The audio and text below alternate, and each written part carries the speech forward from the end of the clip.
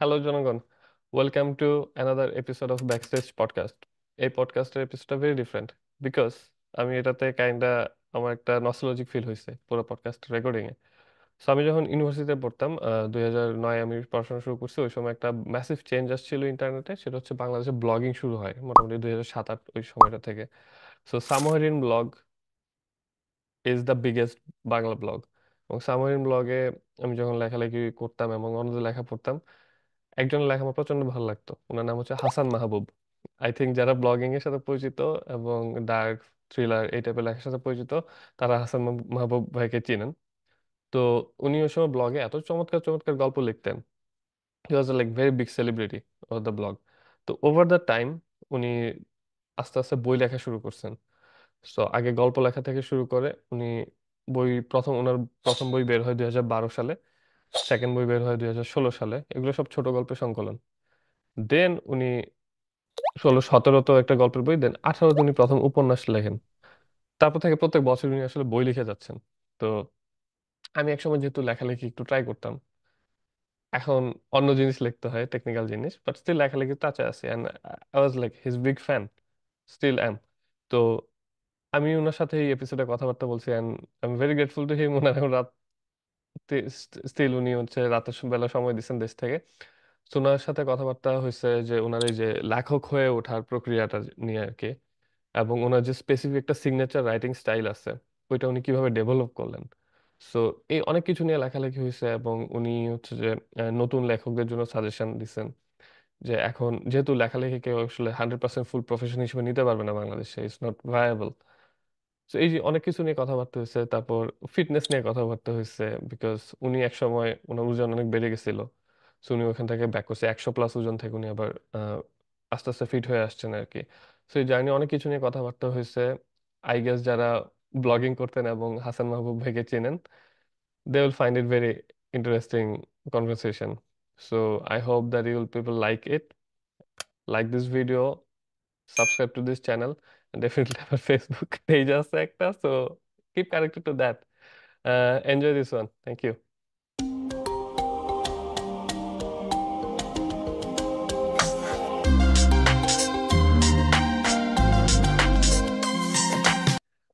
তো ভাই কেমন আছেন?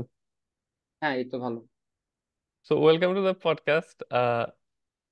আপনার, যদি আপনি হচ্ছে পড়াশোনা থেকে শুরু করে ছোটবেলা এন্ড এখন কোথায় আছেন, এই টোটাল একটা ব্রিফ সামারি দেন, ওভারভিউ। আচ্ছা, আমার জন্ম হচ্ছে ঢাকাতে। আমার আহ নানার নানা বাড়িতে নানা বাড়িতে, হ্যাঁ। আর মানে আমার মা হচ্ছে ছোটবেলা থেকে ঢাকার ঢাকার কলাবাগান স্টাফ কোয়ার্টারে বড় হয়েছেন। প্রায় 30 বছর ওখানে ছিলেন। 30 বছর না, মানে আমার নানারা 30 বছর ওখানে ছিল, আমার মা বিয়ে হওয়া পর্যন্ত ওখানে ছিলেন। তা আমার জন্ম ঢাকাতে। আর আমার শৈশব কেটেছে হচ্ছে উত্তরবঙ্গের বিভিন্ন জেলাতে। আমার বাবার চাকরির সুবাদে, আমার বাবা ছিলেন হলো পানি উন্নয়ন বোর্ডের ইঞ্জিনিয়ার। সেই সুবাদে আমাকে হলো জয়পুরহাট, নীলফামারী, দিনাজপুর এসব জায়গায় আমি ক্লাস 8 পর্যন্ত ছিলাম ওইসব জায়গায়। তারপর হচ্ছে আমি ঢাকাতে আসি। ঢাকাতে হলো আমার চাচার বাসায়। ওখানে হচ্ছে আমার ওখানে আমি পড়াশোনা শুরু করি আবার ক্লাস 9 থেকে। ওখানে একজন মানে যে ওখানে আরেকজন আছে কানেক্টেড আমাদের সঙ্গে, যাকে চিনবা হচ্ছে উনিও ব্লগার ছিলেন, এবং তার আরেকটা পরিচয় হচ্ছে উনি একজন বিখ্যাত গীতিকার, তার নাম হচ্ছে শেখ রানা। পরিগানের গীতিকার। উনি ব্লগিং করতেন নস্টালজিক নামে। আচ্ছা আচ্ছা। তো ওই তো ঢাকাতে আমার এসএসসি এইচএসসি ঢাকাতেই। তারপর তো ভর্তি হলাম হচ্ছে, চলে গেলাম খুলনায়, কুয়েটে। কুয়েটে ইলেকট্রিক্যালে ভর্তি হলাম। তারপর হচ্ছে আমার বাবা মা ঢাকাতে আমাদের নিজেদের বাসা করলো, ওখানে চলে আসলো। তো আমি এই খুলনা ঢাকা করতে করতে কয়েক বছর কাটালাম, মানে 6 বছর। আমার 4 বছর প্লাস 2 বছর আমার লস ছিল। তো এটা আসলে আমার জন্য একটা খুবই বাজে অভিজ্ঞতা ছিল, ইঞ্জিনিয়ারিং। অ্যাকচুয়ালি আমি কোনোভাবে ওটা আমাকে স্যুট করে নাই, এবং আমি খুবই ফ্রাস্ট্রেটেড থাকতাম এবং খুবই হীনমন্যতায় ভুগতাম। যে না, আমাকে দিয়ে তো আসলে কিছু হবে না, ইঞ্জিনিয়ারিং তো হবেই না, কোনো রকম ভাবে খালি পাশ করে নিই আগে, তারপর লেখালেখি করবো এরকম। কিন্তু আচ্ছা, লেখালেখি করবো এটাও না, আসলে আমি কি করবো আমি জানতাম না, আমি ভাবতাম যে কিছু হবে না, দেখা যাক আর কি, কোনোভাবে এখান থেকে বের হই। তারপর তারপর বের হলাম, বের হয়ে ঢাকায় আসার পর পত্রিকায় লেখালেখির চেষ্টা করলাম। ওই সময় উন্মাদ, 2000 এসব জায়গায় তো এটা ভাই দেখলাম। কোন সালের ঘটনা? এটা 2007। সাথে? আচ্ছা। 2007 থেকে 2009 এরকম চললো, বেকার জীবন প্লাস একটু টুকটাক লেখালেখি। আর ওই সময়ের মধ্যেই ব্লগ ব্লগিং শুরু হলো 2008-এর দিকে। ওকে। আর অনেক এরপর অবশেষে এখন বলা যায় ক্যারিয়ারে কিছুটা সেটেল হয়েছে। এখন আমি অন্যরকম গ্রুপে আছি, কপি লিড হিসেবে। ইঞ্জিনিয়ারিং ছেড়ে দিছি। আর এই তো এর পাশাপাশি লেখালেখি, সংসার, ব্যায়াম সবই চলতেছে। আচ্ছা, ইন্টারেস্টিং। সো আই থিঙ্ক আপনার স্ট্রাগলটা struggle of lot of people, যে আমাদের আমি জানি না যে আপনার ক্ষেত্রে সাপোজ আপনি ইলেকট্রিক্যাল ইঞ্জিনিয়ারিং পড়তে গেছেন কেন?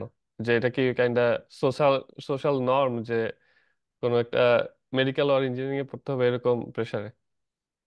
আচ্ছা, প্রথমত আমার আমার আমার অন্য সব মধ্যবিত্ত ফ্যামিলির মতোই আমার বাবা মা চাইতো যে আমি ডাক্তার হই অথবা ইঞ্জিনিয়ার হই। তবে ডাক্তার হই এটা তাদের বেশি চাওয়া ছিল। তো আমি ইন্টারমিডিয়েটে ওঠার পর খেয়াল করলাম যে আসলে মানে বায়োলজি আমার খুবই বাজে লাগতো। আমি বিশেষ করে ব্যাঙের পরিপাকতন্ত্র আঁকতে গিয়ে আমি খেয়াল করলাম যে এটা খুবই জটিল বিষয় আমার জন্য। আমার আঁকতে টাকতে পারি না, আমার অত মনে টনেও থাকে না এসব। এই কারণে হচ্ছে আমি প্রথমেই, যাতে আমাকে মেডিকেলে পড়তে না হয়, আমি এই জন্য জীবনের প্রথমে একটা বড় সিদ্ধান্ত নেই, সেটা হলো ইন্টারমিডিয়েটে উঠে হচ্ছে আমি বায়োলজিটা বাদ দিয়ে দিই ফোর্থ সাবজেক্ট হিসেবে। ওটার জায়গায় কম্পিউটার নেই, ফলে মেডিকেলের পড়ার সুযোগ ওখানে শেষ। তারপর এইচএসসির পর তো বিভিন্ন জায়গায় পরীক্ষা টরীক্ষা দিলাম। বেশ কয়েক জায়গায় চান্স হলো, ঢাকা ভার্সিটি, তারপর খুলনা ভার্সিটি, কুয়েট। কুয়েট তখনও কুয়েটে আলাদা হবে না, তখন হচ্ছে না, প্রথমে তখন তো হচ্ছে বিআইটি সমন্বিত পরীক্ষা হতো, তখন ছিল বিআইটি। হ্যাঁ। রাইট। তা আমার হলো তিনটা মনে হয়, রুয়েট তখন, কুয়েট চুয়েট, জাস্ট তিনটা পরীক্ষা একসাথে। হ্যাঁ, সমন্বিত পরীক্ষা হইতো। তো আমি পরীক্ষা দিলাম। তা প্রথমে মনে হয় রাজশাহী বিআইটিতে হয়েছিল, পরে আবার এক ঝাঁক চলে যাওয়ার পর আবার খুলনাতে আসলো। তা চান্স পেলাম, এই জন্য পড়লাম ভালো কোনো জায়গায়। মানে এমন না যে আমার হচ্ছে ইঞ্জিনিয়ারিং পড়ার স্বপ্ন ছিল বা ইঞ্জিনিয়ারিং পড়ার ইচ্ছা ছিল বা এরকম কিছু না। আমার আসলে কোনো কিছু নিয়ে সত্যি কথা বলতে ওরকম স্বপ্ন ছিল না, বা আমি যে লেখক হব হব বা লেখক হতে চাই এটাও আমার স্বপ্ন ছিল না।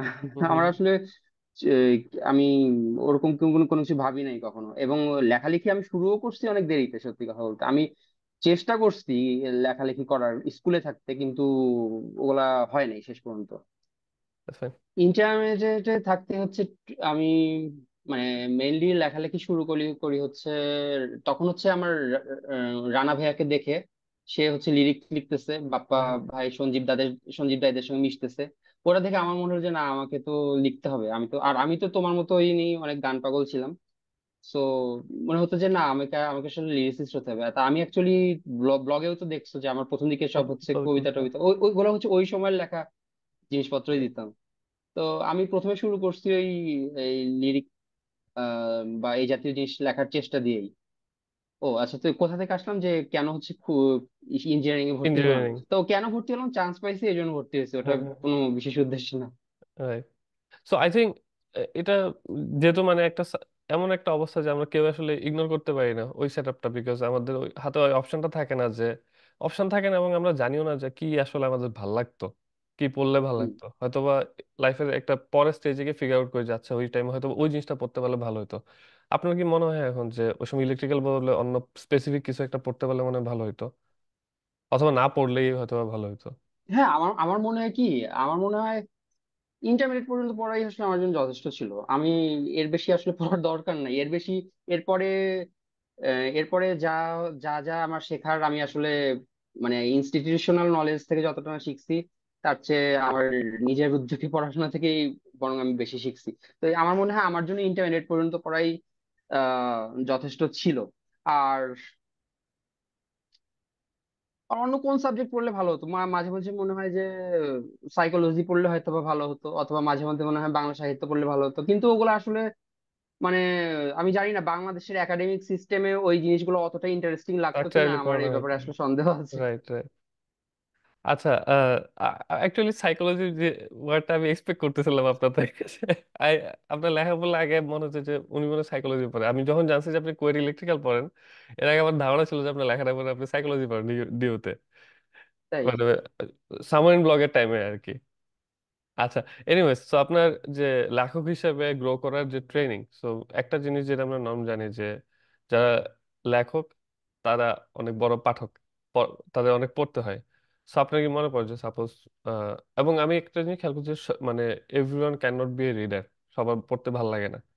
তো আপনার কি মনে পড়ে যে আপনি ছোটবেলায় ফার্স্ট কখন কোন লিটারেচার ওয়ার্ক পড়া শুরু করছেন, ইউ গেট হুক টু, যে আপনার মনে হচ্ছে যে ওকে, পড়া ইজ মাই থিং? আহ আসলে কোনো কিছুর মধ্যে ঢুকতে হলে তো ওই জিনিসটা কি আসলে সেটা তো আসলে বুঝতে হবে। যেমন এই মানুষ যে এই ধরো মধ্যযুগে যে এই কবিতা লেখা হয়েছে সেটা ছিল একদম বেসিক ফর্মের, হ্যাঁ। এখন তারপর তো এই ফর্ম গুলা ধীরে ধীরে ভাঙা হয়েছে, ভাঙতে ভাঙতে ভাঙতে ভাঙতে এখন পোস্ট মডার্নিজম, সুরিয়ালিজম, দাদাইজম, কত কিছু আসছে। এখন এগুলা এগুলা কিন্তু হুট করে একজন কেউ মানে আকাশ থেকে এগুলা পড়বে না, তার উপর এগুলা তাকে আত্মস্থ করতে হবে বা অনুধাবন করতে হবে। তো আম, পড়াটা অবশ্যই জরুরি, মানে ফর্ম গুলা বুঝতে হলেও পড়াটা জরুরি, কিন্তু মানে পড়লেই যে ভালো লেখক হয়ে যাবে এরকম না কিন্তু। আর একটা সময় পর্যন্ত আসলে মানে আমার মনে হয় যে ধরো মানে কারো কারো যদি ভিতরে কিছু থাকে সেটা একটা সময় ওটা পড়ার ভূমিকা সেখানে একটা সময় পর্যন্ত। আচ্ছা। তারপরে নিজের প্রতি মানে তারপর হচ্ছে নিজের আর হচ্ছে এফোর্ট। পড়াশোনার মধ্যে একটা বোঝাপড়া হয়ে যায়। তারপর তুমি আগাইতে থাকবা। তা পড়াশোনা তোমাকে এই প্রথম দিকে হয়তো একটা সার্টেন লেভেল পর্যন্ত হেল্প করতে পারে, কিন্তু শেষ পর্যন্ত তোমার নিজের প্রতিভা, মেধা মেধা দিয়েই হচ্ছে এবং সৃষ্টিশীলতা দিয়েই হচ্ছে আগায় যেতে হয়। তো আপনি ধরেন যে আপনার তো লেখালেখি, যদি আমি বলি যে লিরিক দিয়ে শুরু আর কি, বাট ওই সময় আপনি অ্যাকচুয়ালি কি পড়তেন? এর আগে আপনার মানে কনজিউমিং ম্যাটেরিয়াল কি ছিল, যে লিটারেচারের সাথে আপনার পরিচয় কিভাবে? আচ্ছা, আমি আসলে আহ খুব উঁচু দরের পাঠক ছিলাম যে এটা মনে হয় বলা যাবে না, কারণ আমার মধ্য মানে আমার আশেপাশে মানুষজন যা পড়তো এই হুমায়ুন আহমেদ, জাফর ইকবাল, সেবা প্রকাশনীর অনুবাদগুলা, হুম, হুম, হুম। আর আর হচ্ছে বাংলা কিছু ক্লাসিক যেগুলা সবাই মোটামুটি পরিচিত, আখতারুজ্জামান ইলিয়াস, পরে হচ্ছে পরে পরবর্তীতে শাহাদুজ্জামান, তারপর ইন্ডিয়ান কিছু আন্ডাররেটেড লেখক, বাংলাদেশি কিছু আন্ডাররেটেড লেখক, এই তো আহ বহুল পঠিত অনেক বই, আসলে বিখ্যাত অনেক বই আমার পড়া নাই, ওগুলা এখন পড়ার চেষ্টা করতেছি ধীরে আচ্ছা, ধীরে। আচ্ছা।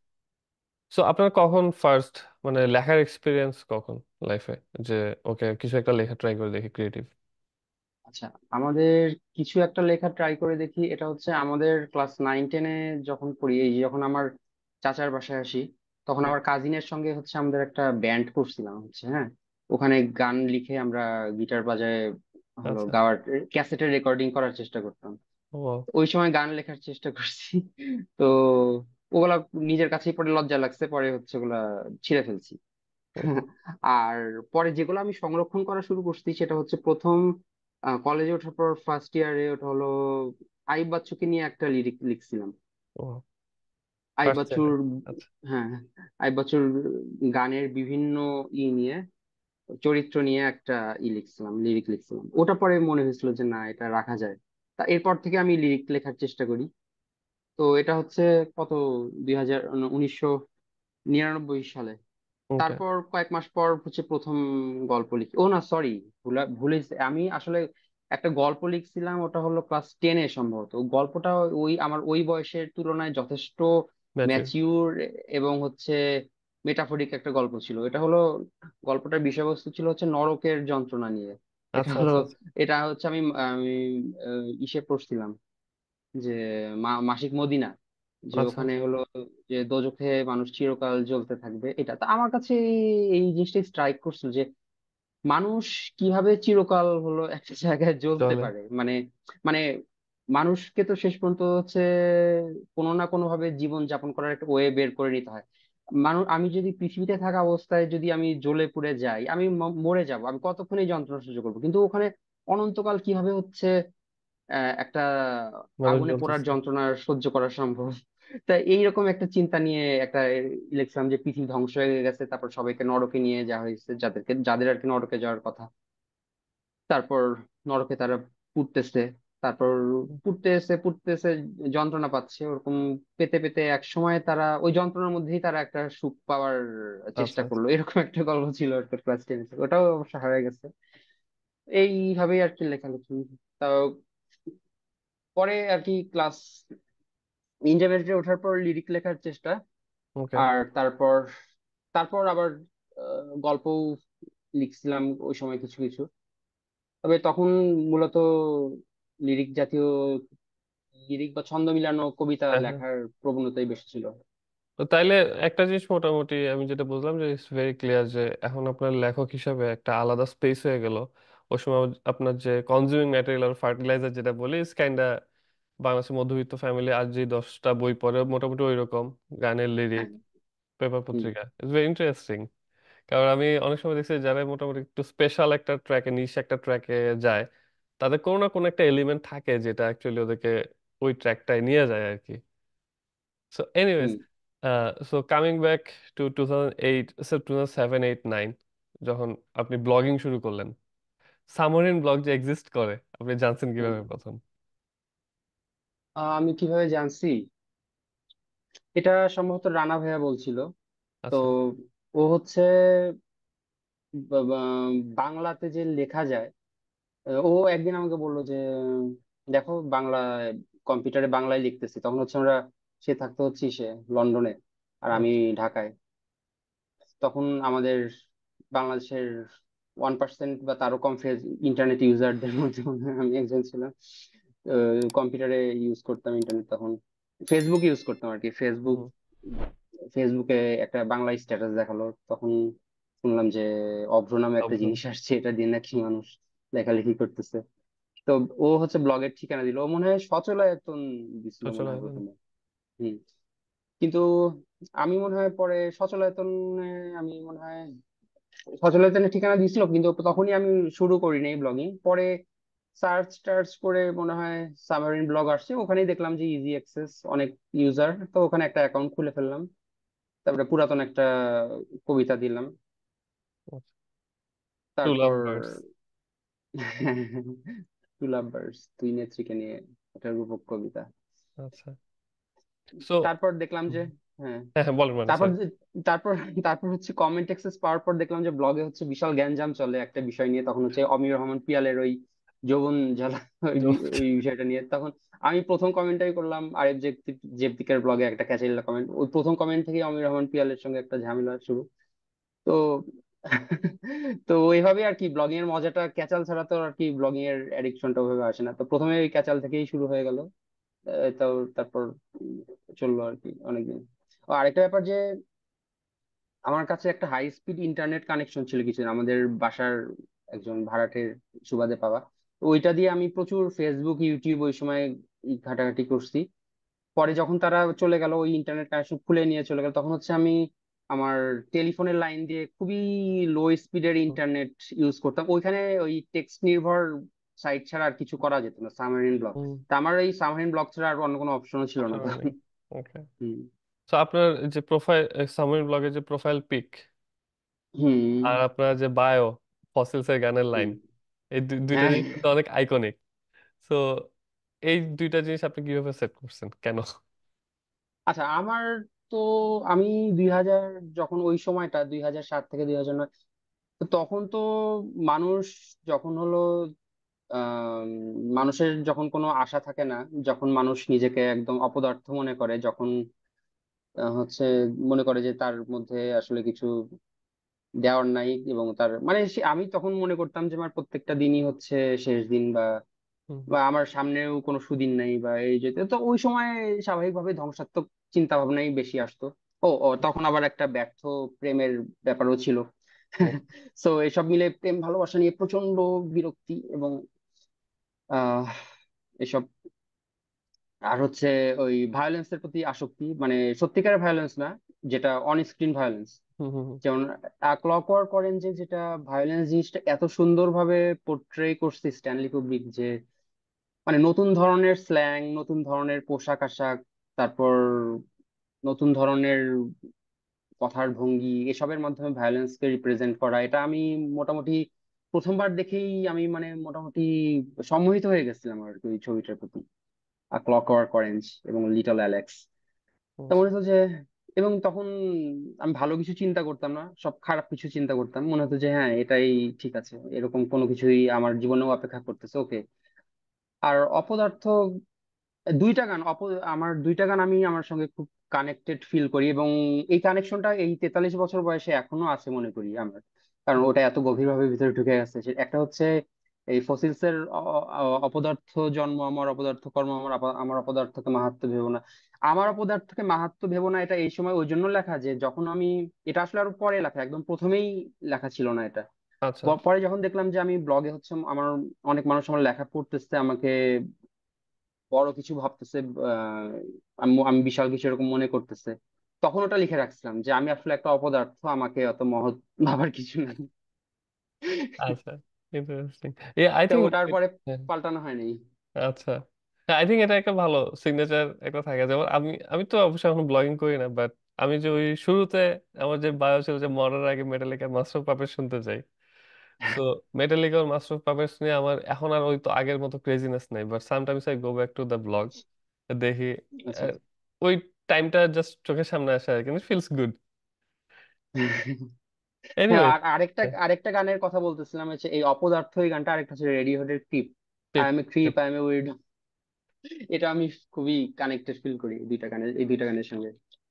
আচ্ছা, সো আমি ব্লগিং এ আবার যদি ফেরত যাই, তো আপনি যেটা বললেন যে হুম আপনি প্রথমে just with very low expectation just পুরান একটা কবিতা দিয়ে দিচ্ছেন, and then you hmm. Got hooked into blogging by ক্যাচাল।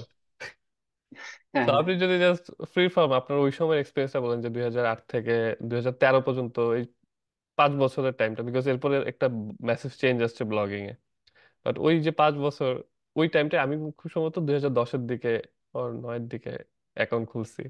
So ওই টাইমটা মোটামুটি আমিও কিছুটা অবজার্ভ করছি। সো আপনি যদি আপনার ওই সময়ের টাইমটা এক্সপিরিয়েন্স বলেন, যে ব্লগ ওই সময় আসলে কি হইতো। তখন আসলে, এখন ফেসবুকে যা হয় তখন হচ্ছে ব্লগে ওরকম হতো, যেমন এখন হচ্ছে ফেসবুকে নানান বিষয় নিয়ে ক্যাচাল চলে। তবে ব্লগের ব্যাপারটা হচ্ছে কি, ওখানে অনেক নিশ ছিল আর কি সবকিছু। হুম হুম। এখন ফেসবুকে যেমন বিভিন্ন গ্রুপ, বিভিন্ন সার্কেল, বিভিন্ন, কিন্তু ব্লগে হচ্ছে সবাই সবাইকে জানে, সবাই সবাইকে চেনে, কে কার ছদ্মনিক এটা বাইর করে ফেলে। সব মিলে মাল্টিপল একটা আইডি। তো কে কোন রাজনৈতিক ভাবধারার, কে কে হচ্ছে সুশীল, আর কে হচ্ছে নির্বিরোধী, কে ভালো মানুষ। সবাই সবাইকে, ফেসবুকে যেমন বিশাল একটা হ্যাঁ অডিয়েন্স, হ্যাঁ। এটা তো ইন্টারন্যাশনাল, হ্যাঁ, তারপরেও মানে ফেসবুক মোটামুটি এখন ব্লগের ওই, বাঙালি তো একসঙ্গে হলে ক্যাচাল হবেই, এটা স্বাভাবিক। তো ফেসবুক এখন চলতেছে, ব্লগে আগে যেটা ছিল আরো আরো বড় স্কেলে প্রতিদিনই কিছু না কিছু চলতেছে। তো ব্লগে হচ্ছে এসবের পাশাপাশি আবার মানে খুব সাহিত্য চর্চাও হতো, আড্ডা হতো, এক্স্যাক্টলি। আবার বড় বড় বিশাল বিশাল আলোচনা হতো। মানে ফেসবুকে তো কেউ কনস্ট্রাকটিভ আলাপ ব্লগে কম। যেরকম, হ্যাঁ, আর ফেসবুকে তো একটা word word word limit plus এসব হ্যাঁ বিষয়ও আছে। আর ব্লগে যে একটা ব্লগ যেরকম লেখা যায় ছবি দিয়ে ভিডিও দিয়ে, যেভাবে লেখা যায়, ফেসবুক তো সেভাবে লেখা লেখা যায় না আসলে। ব্লগের এক্সপিরিয়েন্সটা আসলে যেটা গেছে ওটা আসলে গেছেই, ওটা আসলে আর ডেফিনেটলি। নতুন ভাবে আসলে পাওয়া সম্ভব না। ওই সময়ের ওই ফিলিংস, প্রত্যেকটা সময়ের একটা একটা আলাদা আলাদা সৌন্দর্য থাকে। যেমন ধরো 90 সালে তুমি যে জিঙ্গেলের যে গানগুলো হতো, ওগুলো কিন্তু খুব সুন্দর মেলোডিয়াস, হুম। কিন্তু ওই রকম মিউজিক কিন্তু এখন কেউ ক্রিয়েট করবে না, হুম। কারণ ওই সময়টা চলে গেছে, ওই গানগুলা হচ্ছে ওই সময়ের। তো ব্লগ হচ্ছে আসলে 2008 থেকে 2013, বা অ্যাকচুয়ালি আরো আগে থেকে, তখন আমরা ছিলাম না। ওই সময়টাই ওই সময়টাই হচ্ছে ব্লগের আসল সৌন্দর্য থেকে শুরু করে ধ্বংস, সবকিছু মিলে একটা আলাদা জগৎ ছিল। এবং আমি, আমার জগৎ ছিল ওটা পুরোপুরি, কারণ আমি তো তখন আর শুধুমাত্র এই ব্লগে কখন লেখা দিব, কখন কমেন্ট আসবে, তারপর কে হচ্ছে কোন উল্টাপাল্টা পোস্ট লিখছে, ওখানে ওকে যেই করতে হবে, এইসব নিয়ে তো হচ্ছে ছাগল খেদানো একটা ব্যস্ত পার্ট ছিল। ছিল বড়। হ্যাঁ, এসব নিয়ে বিজি ছিলাম তো। এই অভিজ্ঞতা আসলে, এটা আসলে একটা অসাধারণ, মানে অসাধারণ না, একটা ইউনিক অভিজ্ঞতা বলা ইউনিক যায়। এক্সপিরিয়েন্স। না আর তবে মানে ব্লগে মানে একটা গল্প নিয়ে যেরকম আলোচনা, একটা কবিতা নিয়ে একটা ই নিয়ে যেভাবে আলোচনা সমালোচনা হতো, এটা আসলে ফেসবুকে, এটা নতুন লেখকরা এই জিনিসটা আসলে মিস করে, সত্যি কথা, এটা ব্লগ ছাড়া। এবং ব্লগ স্টিল অ্যালাইভ, এখনো কিন্তু ব্লগ আছে। কিন্তু সেই সেই সময়টা, সেই কমেন্টার, এগুলো আর নাই। পিপল তো মুভড অন। হুম এনিওয়েজ, একটা জিনিস আমার মাথায় মাঝে মাঝে স্ট্রাইক করে, সেটা হচ্ছে যে ওই সময় তো ব্লগ সামরিন ছাড়াও আর ছিল, যেমন বড় একটা প্ল্যাটফর্ম ছিল সচলায়তন। হুম তো সচরাচর রিসেন্টলি বন্ধ হয়ে গেছে। তো হুম তারপর আরো অনেক ব্লগ ছিল, পরে আরো ব্লগ আসছে। তো আপনার হুম কেন মনে হয় যে somewhere in blog became the largest one? Somewhere in blog, submarine blog হচ্ছে ফার্স্ট মুভার অ্যাডভান্টেজ, যেটা সেটা হচ্ছে পাইছে। ওটা হুম সম্ভবত ওরাই প্রথম বাংলা ব্লগ ছিল, হুম তাই হুম কি? হুম। হ্যাঁ। বাংলা লেখাটা অনেক তার ইজি ছিল। হ্যাঁ, আর হচ্ছে ওখানকার ওই সময়ের ওই সময়ের তুলনায় হচ্ছে ইউজার ইন্টারফেসটা একদম ফার্স্ট ক্লাস ছিল, ফ্রিকশন কম ছিল, হুম হুম খুবই ইজি ছিল ওই সময়ের ইউজার, বেসিক ইউজারদের কাছে। আর সব মানুষ তো প্রথমে ওখানে জমা হয়েছে। হ্যাঁ। হুম এবং ওরা হচ্ছে সাইটটা ভালোভাবে মেনটেনেন্স করছে, সাইটটা ঠিকঠাক মতো চালাইছে, টেকনিক্যাল সবকিছু মোটামুটি ওই সময়ের তুলনায় যথেষ্ট ভালো ছিল। এরপর হচ্ছে অন্যান্য ব্লগ যেগুলো, ওগুলো তো অ্যাকচুয়ালি সাবমেরিনের ব্লগাররা দল বেঁধে ছোট ছোট গ্রুপ হয়ে অন্যান্য ব্রাঞ্চ আউট হয়েছে। বিভিন্ন ওয়েবসাইট বা ব্লগ বানাইছে। কিন্তু শেষ পর্যন্ত সাবমেরিনের যে তোমার, ততদিনে হচ্ছে সাবমেরিনে হলো সেই একটা বিশাল তথ্য ভান্ডার তৈরি হয়ে গেছে, মানুষজন যদি গুগলে কোনো কিছু সার্চ করতো বাংলায়, এক্স্যাক্টলি। সাবমেরিনকে পেতো ল্যান্ডিং পেজ হিসেবে। তো শেষ পর্যন্ত যারা নতুন ইউজার তারা সব সাবমেরিনেই আসতো, কারণ ওই ব্লগগুলোর অতটা ট্রাফিক ছিল না, এবং ওরা তো অ্যাকচুয়ালি সাবমেরিনের উপজাত ছিল। যদিও না, এটা বলা হয়তো বা ঠিক হচ্ছে না, তাদেরও স্বতন্ত্র বৈশিষ্ট্য ছিল, তারাও সক্রিয় ব্লগ ছিল, কিন্তু শেষ পর্যন্ত তারা তো সাবমেরিন থেকে ভেঙেই হয়েছে, এবং সাবমেরিন ছিল পথ প্রদর্শক, এবং তাদের হিউজ ডাটাবেস ছিল, হিউজ ইউজার ছিল, এবং মানুষ ওখানে আসতো যেত, তারপর হচ্ছে কমতো না, ওখানে সবসময় মানুষজনের ভিড় লেগে থাকতো। এই কারণে নতুন মানুষজন সব ওখানেই আসতো, এখানে ওখানে এসে দেখতো যে বাহ, এখানে এসে এনগেজমেন্ট ভালো পাওয়া যায়, এটা একটা রিওয়ার্ড হিসেবে কাজ করতো। তা শেষ পর্যন্ত এই এভাবেই হচ্ছে সামারিন সবসময় মানে অন দা গো থাকছে আর কি, চলতে থাকছে। আচ্ছা। তো সামরিন ব্লগে যে আপনি যখন লেখা শুরু করলেন। আর হচ্ছে হুম, সচলায়তনে তো প্রচুর ফ্রিকশন ছিল ওখানে। ওখানে হচ্ছে এক সহজেই তো কেউ লিখতে পারতো না। হ্যাঁ হ্যাঁ। অ্যাকচুয়ালি আমি কিন্তু সচলায়তন যে বন্ধ হয়ে গেল, আমি কিন্তু সচলায়তনে একটা লেখাও লিখিনি, একটা কমেন্টও করিনি, মানে শেষ পর্যন্ত আমার ফ্রিকশনটা কাটাতে ইচ্ছে করেনি। তারপর আরেকটা ছিল হচ্ছে আমার ব্লগ। আমার ব্লগ হচ্ছে টেকনিক্যালি ওটা ভালো সাইট ছিল না, ওটা বেশ স্লো ছিল। আর চতুর্মাত্রিক আসছে ওটা তারও পরে, ওটাও হুম হুম বাঞ্চ অফ পিপল ছিল সামারিন থেকে বের হয়ে আসা। হুম হুম তো সব মিলে সামারিন ছিল মাদার অফ অল ব্লগস, এই জন্য সামারিন হুম। এখনো আছে। আই থিঙ্ক মানে টেকনিক্যালি এটা খুবই কমপ্লিকেটেড প্রোগ্রাম না হলো, আমি যখন মানে ইউএক্স সাইট চিন্তা করি, Samreen blog hmm. Is a prime example যে ইজি অ্যাক্সেস টু এ হ্যাঁ। প্রোডাক্ট, হোয়াট ক্যান মেক হুম ইট। হুম। হ্যাঁ হ্যাঁ। এনিওয়েজ, আমি যদি আবার লেখার জার্নিতে ফিরে আসি, সো আপনি যে মেনশন করলেন যে আপনি প্রথমে কবিতা, রম্য, হুম। তারপর টুকটাক ক্যাচার পোস্ট এগুলো দিয়ে শুরু করছেন, বাট আস্তে আস্তে আপনার একটা এস্টাবলিশমেন্ট হয়েছে যে আপনি একটু ডার্ক ভায়োলেন্ট টাইপের লেখা লিখতে পারেন, চমৎকার ছোট গল্প লিখতে পারেন। হুম। সো দুইটা কোশ্চেন, একটা হচ্ছে যে আপনি কখন ফিগার আউট করলেন যে you can do it and do it in a nice way and it should be your signature going forward. আর আরেকটা জিনিস হচ্ছে যে ব্লগ থেকে কাইন্ড রিকগনিশন পাওয়া শুরু করলেন কখন? ব্লগে আমার মোটামুটি গল্পের ক্ষেত্রে আহ একটা ব্রেক থ্রু গল্প ছিল হচ্ছে এই, এবং যেটা হচ্ছে মোটামুটি আমার ক্যারেক্টারকে, লেখক হিসেবে আমার ক্যারেক্টারকে ডিফাইন করে দিছে। সেটা হচ্ছে, গল্পটার নাম ছিল হচ্ছে প্যারানয়েডের ডিফেন্স মেকানিজম। হ্যাঁ। ওটা অ্যাকচুয়ালি একটা হাতে লেখা অনেক বড় একটা গল্প ছিল, প্রায় 10,000 শব্দের মনে হয়। ওটা গল্পটা এরকম খুবই বেসিক প্লটের একটা, মানে ওই সময়ের জন্য ওটা হয়তো বা পাঠকদের কাছে খুবই ছিল, খুব ইউনিক কোনো কিছু ছিল। কিন্তু মানে ওটা তো 2000, আমি যখন হাতে লিখছিলাম গল্পটা, তো 2007 সাল, মানে 2007 বা 2008 ওই সময় তো মানে সাইকো জাতীয় লেখা মানুষজন তেমন একটা পড়ে নাই। হুম এখন হুম তো হুম এখন লিখলে হুম ওটা তেমন কিছু বলবো না তো।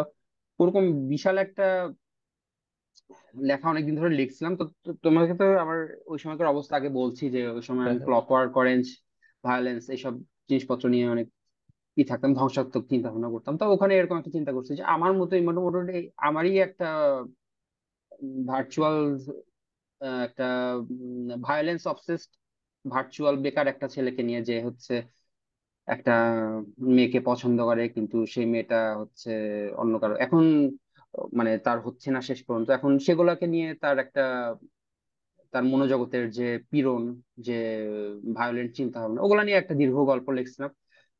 তো ব্লগে আমার মনে হলো যে আমি আসলে ব্লগে প্রথম 1-1.5 বছর বা 2 বছর, 1 বছর আর কি, আমি আসলে নতুন লেখা খুব একটু দেইনি, সব ওই পুরাতন লেখা ডায়েরি থেকে তুলে হুম অল্প অল্প হুম। আর আমি আসলে বাংলা অতটা ভালো লিখতে পারতাম না, আমি অভ্র কিন্তু পারতাম না তখন, ওই যে সাবমেরিনের যে ফোনেটিক, যেটা হ্যাঁ আসলে হ্যাঁ হ্যাঁ। বেশ কঠিন ছিল লেখাটা, ওইটা করে লিখতাম। ফলে আমার লিখতে অনেক টাইম লাগতো, তো আমার নতুন লেখা ওরভাবে কম্পিউটারে টাইপ করে করে এটা ইচ্ছা করতো না। তো আমি মনে হলো যে ওই গল্পটা একটু ব্লগে দেই, ওই গল্পটা মনে হয় পাঠকরা পছন্দ করবে। কিন্তু গল্পটা ছিল অনেক বড়, অত বড় আমার পক্ষে টাইপ করা সম্ভব না, অনেক সময় লেগে যাবে, কয়েকদিন লেগে যাবে মনে হয়। রাইট। তখন আমার মনে হলো যে গল্পটা একটু ওইভাবে, গল্পটা মোটামুটি প্লেন সিম্পল ভাবে লেখা ছিল, আমার মনে হলো যে ওইভাবে না দিয়ে একটু ধোঁয়াশা রেখে, একটু এই সিনগুলা একটু ছোট ছোট, মানে এমন ভাবে আমি বিনির্মাণ করি যাতে মেন থিমটা ঠিক থাকে, কিন্তু মেন জিসটা আসে, আর সবকিছু অত খোলাসা ভাবে না থাকে, একটু হুম একটু হুম। একটু ইঙ্গিত করে, ইঙ্গিত রেখে রেখে দেই। গল্পটার নাম ছিল হচ্ছে প্যারানয়েডের ডিফেন্স মেকানিজম। তো নিশ্চয়ই তুমিও কমেন্ট করছিলে ওই গল্পটাতে। করার তো কথা অনেক আগে। হ্যাঁ, ওই সময় ওই গল্পতে সবাই কমেন্ট করছিল যারা রেগুলার ব্লগিং করতো, আমি খুঁজবো আজকে, দেখবো পাই নাকি। ওকে। তো আমি ওই গল্পটা আর কি, মানে ওই প্লেন এন্ড সিম্পল ভাবে না লিখে একটু, মানে আমার টাইপিং এর সময় বাঁচানোর জন্য একটু ধোঁয়াশা রেখে, একটু মিস্ট্রি রেখে, একটু একটু ভাবনার স্পেস রেখে লিখলাম। পরে দেখলাম যে ওটার ব্যাপক প্রশংসা, মানুষজন সেই ওটা, এবং ওই সময় মানে অনেক পাঠক ছিল যে ওই গল্প দ্বারা পুরো অবসেসড হয়ে গেছিল, এবং তাদের কেউ কেউ আবার বেশ ভালো লেখক, আমার আমার প্রিয় লেখকদের মধ্যে তারা ছিল, আমার ছোট ভাই ছাড়া ছিল তারা অনেকে। তো মূলত ওই গল্পটা লেখার পর থেকে মনে হলো যে না, এখন ধীরে ধীরে আমার গল্প লেখা উচিত এখন। আর তারও আগে আমি আরেকটা গল্প লিখছিলাম, সরি, ব্লগে আমার আরো কয়েকটা গল্প দেয়া ছিল আগে, এর মধ্যে একটা গল্পের নাম ছিল পোস্টার। তো পোস্টার গল্পটা অ্যাকচুয়ালি আমার হলো, মানে আমার লেখক হিসেবে নিজেকে ভাঙার একটা প্রথম পদক্ষেপ ছিল, ওটা ব্লগে আসারও 2 বছর আগে লিখছিলাম।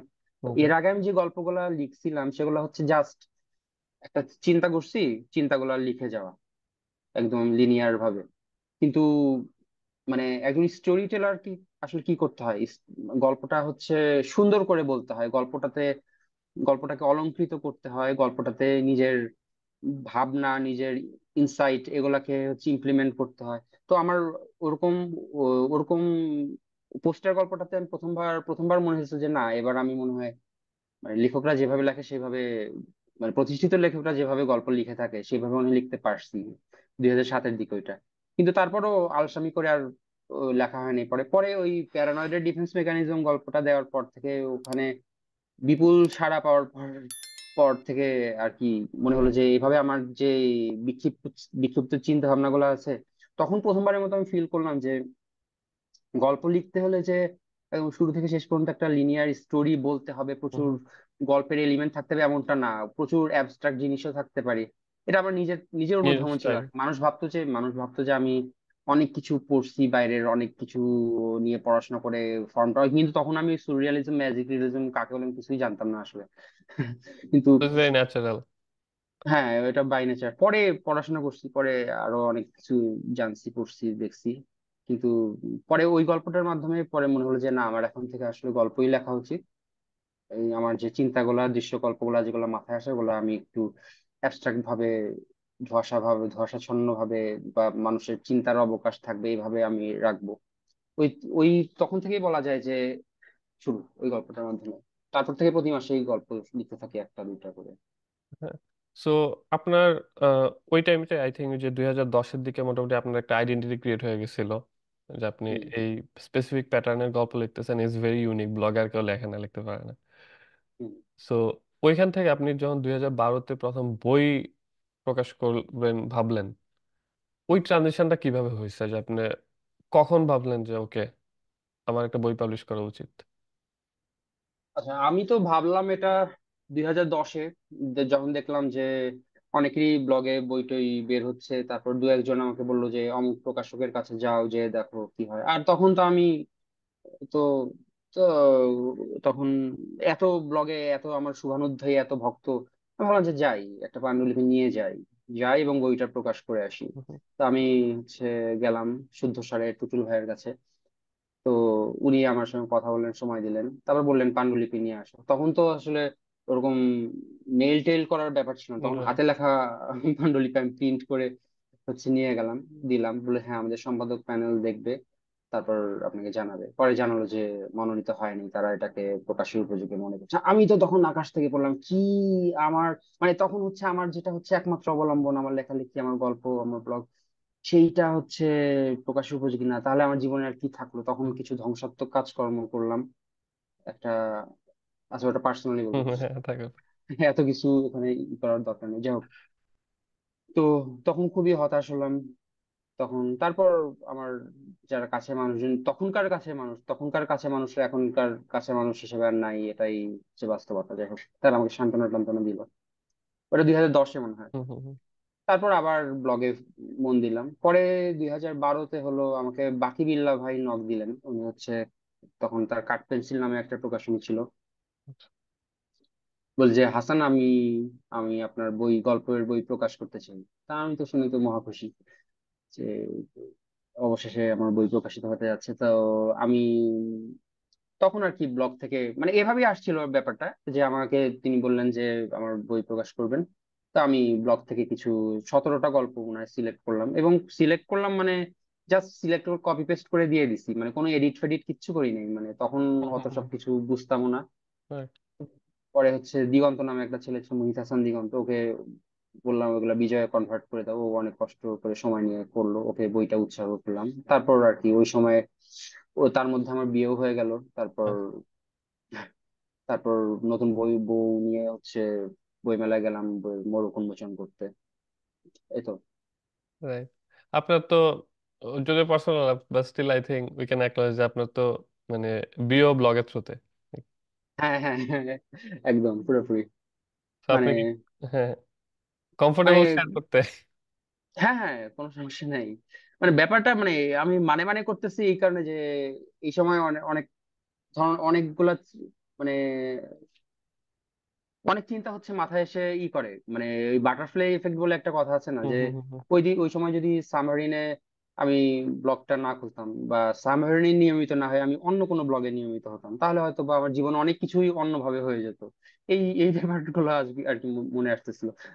যেটা হোক আমি চাইনি, আমি আমি আসলে আমার ওয়াইফ, তাকে নিয়ে আমি একটা বই লিখছি অ্যাকচুয়ালি, বেড়াল তোমার, তাকে নিয়ে লেখা, যে শেষ পর্যন্ত যে আমাদের প্রকৃতির সমস্ত ষড়যন্ত্র সত্ত্বেও যে আমাদের একসঙ্গে হওয়াটাই অবশ্যম্ভাবী ছিল, এটা নিয়ে একটা আস্ত বই পর্যন্ত লিখে ফেলছি। তো মানে এইসব মানে মনে আসলে কেমন এলোমেলো লাগে ওই সময়ের আমার। আর ওই সময়ের আমার অনুষ্ঠিত ওই সময়ের মধ্যেও যে সে আসছে এবং আমার কাছে শেষ পর্যন্ত সবকিছু মিলে তার প্রতি কৃতজ্ঞ। আর হ্যাঁ, কি জানি বলতেছিলাম। আচ্ছা, আমরা ইয়েতে যাই, প্রথম বই। সো 2012-তে যখন আপনি বললেন যে এরকম ভাবে বাকি বিল্লাহ ভাই নক করছেন and হম বাকি সব প্রসেস কাইন্ডা দুধাপ হয়ে গেছে, একজন বইটা বিজয় হম কনভার্ট করতে হেল্প করছেন, বাট প্রসেসটাকে অ্যাকচুয়ালি আপনি লুক ব্যাক করলে ভাবেন যে এতই সহজ ছিল, নাকি আরো এছাড়া কোন টেকনিক্যাল ব্যাপার ছিল যেটা অ্যাকচুয়ালি এত সহজও না? ফর এক্সাম্পল, আই থিঙ্ক বইয়ের জন্য একটা বড় জিনিস হচ্ছে প্রকাশ করতে টাকা লাগে। হম হম ওইটা একটা ফ্যাক্টর, ওই টাকা অনেকের পক্ষেই মানে ওই টাইমে জোগাড় করা একটু ডিফিকাল্ট। এন্ড হম বইয়ের সাথে আরো আদার অ্যাক্সেসরি ম্যাটেরিয়াল থাকে, যেমন বইয়ের প্রচ্ছদ যেটা হবে, হম ওইটা নিয়ে নিজের সেভ ভার্সেস আর্টিস্ট যে আঁকতেছে একটা ডিলিং, দেন ওইটা ঠিক মতো কনভে করতে পারতেছে কিনা বইয়ের থিম, তারপরে বইয়ের মার্কেটিং, আদার 10টা ফ্যাক্টর থাকে। সো আপনার মানে হম কেমন মনে হয় যে ওই ওই সময় টাইমটা কেমন ছিল, কি কি জিনিসপত্র ছিল চ্যালেঞ্জ? ওই সময় এসব আমাকে কিছুই ফেস করতে হয়নি। আমাকে, আমার কাছ থেকে কোনো টাকাও নেন নাই বাকি ভাই। প্রচ্ছদ উনি করাইছেন, খুবই সুন্দর একটা প্রচ্ছদ ছিল ওটা। ভালো লাগছে আমার, ওয়ান অফ দ্য বেস্ট প্রচ্ছদ আমি বলবো আমার বইগুলার। আর হলো, তবে যে এই সমস্যাটা হয়েছে সেটা হলো মার্কেটিং নিয়ে। মানে মানে আমার তখন এত আনইজি লাগতো সব এইসব ফেসবুকে ব্লগে আমার বইয়ের কথা বলবো, হ্যাঁ আমার বই বেরোচ্ছে বই কিনেন, এগুলো আমার বলতে খুবই আনইজি লাগতো। এবং বইমেলায় যাইতেও অস্বস্তি লাগতো। বইমেলায় যে বই স্টলের সামনে দাঁড়িয়ে থাকবো, যে ক্যাবলার মতো দাঁড়িয়ে থাকবো, দেখবো গেলাম দেখলাম যে কেউ নাই, আমি একা, আমি আমার নতুন বিয়ে করা বউকে নিয়ে গেলাম, তারপর দেখলাম যে আশেপাশে কেউ নাই। এইসব আমার কাছে খুবই বিব্রতকর লাগতো। প্রথম দিন অবশ্য খুব সুন্দর অভিজ্ঞতা ছিল। প্রথম দিন প্রায় অনেক ব্লগার আসছিল, প্রচুর বই বিক্রি হয়েছিল, প্রায় 20-22টা অটোগ্রাফ দিছিল। আচ্ছা। কিন্তু পরে যে কয়েকদিন গেছি খুবই মানে অস্বস্তি লাগছে আমার। আমার মনে হচ্ছিল যে বই মেলাটা শেষ হলে গেছে। এবং তখন ওই এখন যেরকম হচ্ছে নির্লজ্জ হয়ে গেছি যে না আমার বই আসছে, আজকে বই মেলায় যাচ্ছি, হ্যাঁ অমুক ওই রিভিউ দিল, তখন এসব কিছুই করি নাই একদম। বাকি ভাইও কিছু বলে নাই, আমিও কিছু করি নাই। তো আর কি, এইভাবেই বই মেলাটা আমরা কাটাই দিলাম। আচ্ছা। তো তারপরে আপনার পরের বই বের হতে মনে হয় 4 বছরের মতো লাগছে, আনন্দ। হ্যাঁ পরে হচ্ছে, কারণ পরে আর আমাকে কেউ নক করে নাই, বাকি ভাইও আর প্রকাশনীতে সময় দেন নাই। ওকে। আর আমি নিজে থেকে কাউকে নক করতে চাইনি। আমি ভাবতেছিলাম যে আবার হয়তো কেউ নক করবে, তখন আবার প্রকাশ করবো। তা 13তেও কেউ নক করলো না, 14তে কেউ নক করলো না। পরে আমি বলবো যে না, এবার আমার একটু নিজের উদ্যোগ নেওয়া দরকার। পরে কয়েকটা জায়গায় যোগাযোগ করলাম, তো ওখানে দেখলাম যে কেউ হচ্ছে টাকা ছাড়া করবে না, কিন্তু আমি তো টাকা দিয়ে টাকা দিয়ে বই প্রকাশ করার পক্ষে না। তখন হচ্ছে আমি খুবই হতাশ হয়ে একটা স্ট্যাটাস দিলাম ফেসবুকে, যে যারা হচ্ছে এতদিন আমার লেখার প্রশংসা করতেন তাদেরকে আমার এখন গালি দিতে ইচ্ছে করছে, এই টাইপের একটা কিছু আচ্ছা। লিখছিলাম। তখন একজন চৈতি আপা, চৈতি আহমেদ অনুপ্রাণনের, তিনি হচ্ছে আমাকে নক করলেন, হাসান কি হয়েছে আপনার, কি বই বের করার ব্যাপারে কোনো সাহায্য লাগে? তখন তখন তিনি অনুপ্রাণনের সঙ্গে যুক্ত ছিলেন। আমি বললাম যে হ্যাঁ, তখন আমি বললাম আমার অবস্থাটা। তখন বলে যে আপনাকে আমি হেল্প করতে পারি, আপনি পান্ডুলিপি পাঠান অনুপ্রাণনে, যদি মনোনীত হয় তো ইউসুফ ভাই হচ্ছে ছাপাবেন। তো আমি পান্ডুলিপি পাঠালাম একটা বইয়ের, আনন্দ ভ্রম নামে একটা বইয়ের। তো ওটা ইসু ভাই প্রকাশ করলেন অনুপ্রেরণা থেকে। এখন চৈতি আপার সঙ্গে এখন আর আমার যোগাযোগ নেই। উনি হচ্ছে আমাকে কোন একটা বিষয়ে ক্যাচাল ট্যাচাল হয়ে তিনি আমাকে ব্লক করে চলে গেছেন। আচ্ছা। যাই হোক, but still I remember her. তার প্রতি আমার কোনো রাগ নেই, তিনি আমার প্রতি রাগ থাকলেও। আর ইউসুফ ভাইয়ের সঙ্গে তো এখনো আমার যোগাযোগ আছে। উনি পরবর্তীতে অনুপ্রেরণা থেকে, আমার লাস্ট বইটাও অনুপ্রেরণা থেকেই বেরিয়েছে। তো মাঝখানে আর কি 3 বছর বই বের হয় নাই, কারণ আমি কারোর সঙ্গে যোগাযোগ করি নাই, কেউ আমার সঙ্গে যোগাযোগ করে নাই, এই কারণে। আর তারপর অনুপ্রেরণের সঙ্গে হচ্ছে, অনুপ্রেরণের থ্রুতে পরপর 2টা বই বের হলো। তারপর চৈতন্য থেকে একটা বই বের করলাম। আর পরবর্তীতে পেন্ডুলাম, চন্দ্রবিন্দু, এরকম আরো কিছু প্রকাশনীর সঙ্গে এ থেকে বই বের হলো মোটামুটি। এখন মোটামুটি বই বের করতে চাইলে আর প্রকাশনী পাওয়া যাবে না, এরকম সমস্যা নেই। আচ্ছা, দ্যাটস গুড। সো আপনার প্রথম বই আর সেকেন্ড বই বের করার মাঝে একটা স্ট্রাগল মোটামুটি ক্লিয়ার, যে প্রকাশকের অ্যাকসেপ্টেন্স। হম সো হম প্রথমবার যেরকম জিনিসপত্র স্মুথলি কাজ করে গেছে প্রচ্ছদ হম। থেকে শুরু করে, বিকজ বাকি ভাই দেখছেন, but second time I think অনেক কিছু আপনার নিজেরও এফোর্ট দিতে হয়েছে। মানে অনুপ্রেরণা ওরা বের করবে এটার পরেও, তাই কি? আহ ওই বলতে তেমন কিছু না আসলে। আমাকে পান্ডুলিপি পাঠালাম, তারপর ইউসুফ ভাই পান্ডুলিপি দেখলেন, তারপর বললেন যে, তারপর প্রচ্ছদ করলেন, প্রচ্ছদ দিলেন। তারপর আমাকে বললেন যে এই এই জিনিস পাঠান, লেখক পরিচিতি, উৎসর্গ কাকে করবেন, তারপর ফ্ল্যাপের লেখা, এগুলা পাঠাতে বললেন, দিলাম, এই তো। এর বেশি তেমন ওকে। কিছু। হুম। হোয়াট এভার মার্কেটিং, তারপর বই মেলা যাওয়া। হ্যাঁ তখন থেকে 2016 থেকে এইসব মোটামুটি আমি জড়তা কাটতে শুরু করে। আচ্ছা। তখন ফেসবুকেও পোস্ট টোস্ট দিতাম। ফেসবুক জিনিসটাও তখন বাংলাদেশে মোটামুটি ভালোই, 3Gর সুবাদে, থ্রি জি এসে গেছে, ওয়াইফাই এসে গেছে, তখন অনেকেই ফেসবুক ইউজ করে। তো তখন ফেসবুকে প্রচার প্রচারণা ভালোই শুরু করলাম, বইমেলাতেও যেতাম। বইমেলায় আমিও মানে আমি আসলে সারা বছর আর অন্য কোথাও যেতাম না বা কারোর সঙ্গে দেখাও করতাম না, কিন্তু বইমেলা আসলে বেশ মিশুক হয়ে যেতাম আর কি মানুষের আচ্ছা সঙ্গে।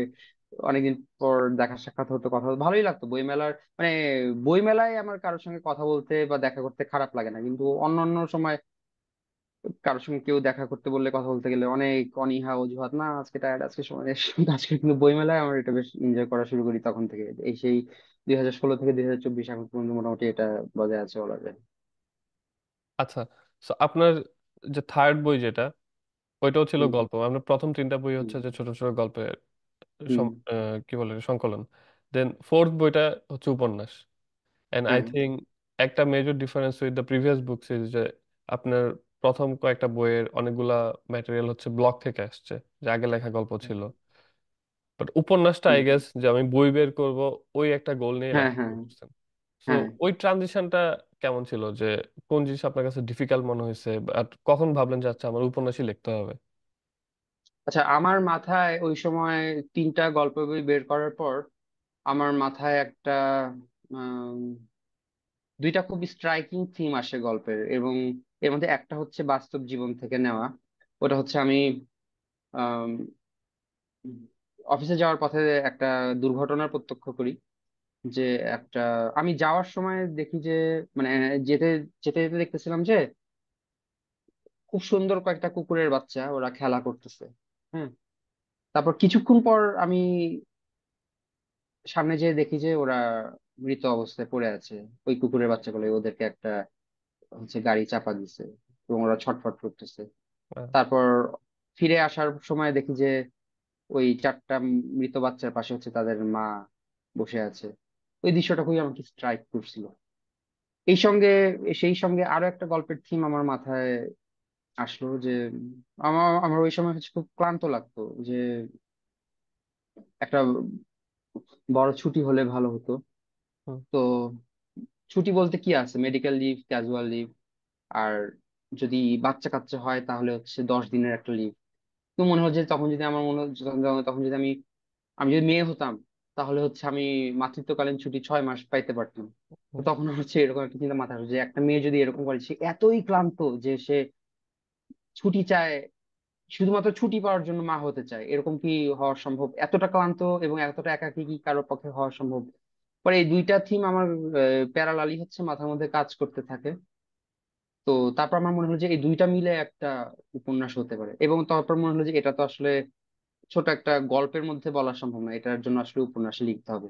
তখন ঠিক করি যে এই উপন্যাসটা লিখবো। আর লেখার সময় তো চ্যালেঞ্জ বলতে গেলে আসলে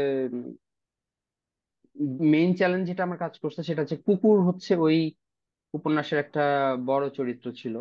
এখন আচ্ছা। একটা কুকুর কিভাবে চিন্তা ভাবনা করে, সে কিভাবে মানে ভাবে, মানুষদেরকে কিভাবে দেখে, তার পরিবেশকে কিভাবে দেখে, এগুলা নিয়ে এটা নিয়ে আমি খুব ঝামেলায় পড়ে গেছিলাম। মাসে অনেকদিন লেখা বন্ধ ছিল হচ্ছে এটার কারণে। পরে বই টই পড়ে ভিডিও টিডিও দেখে একটু মস্তিষ্কটা ই করলাম।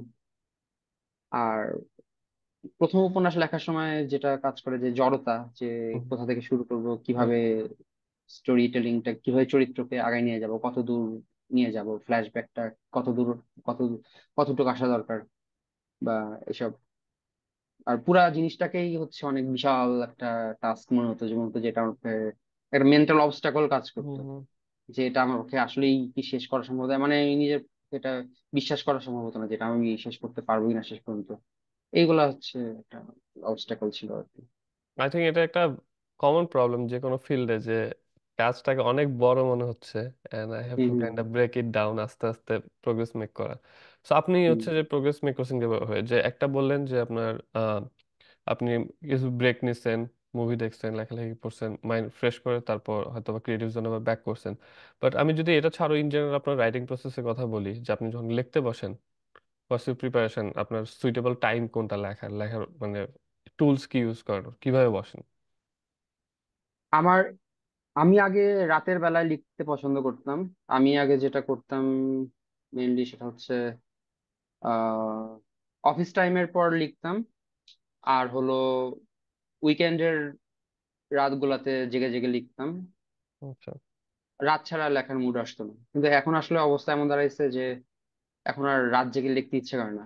এখন আমার মেইন লেখার টাইম হচ্ছে, আর সকালে হচ্ছে আমি উঠতে পারি না, মানে সকালে আমি কখনোই উঠতে পারিনি, মানে সকালে ওঠা, মানে সকালে উঠে যে আমার ফ্রেশ ফিল করে না, আমি হুম সকালে হুম উঠে হুম। কখনো ফ্রেশ ফিল করি না। আমি যদি কখনো ভোর 6টার সময় উঠি, আমার সারাদিন হচ্ছে মানে খারাপ যাবে, ক্লান্ত যাবে। এই আমি এমনকি ছোটবেলায় যখন 11টার সময় ঘুমাই যেতাম, তখনও 6টার সময় যে হুজুর আসতো কোরআন শরীফ পড়াইতে, 6টার সময় উঠতে আমার প্রচন্ড কষ্ট হতো, মানে 7 ঘন্টা 8 ঘন্টা ঘুমানোর পরেও।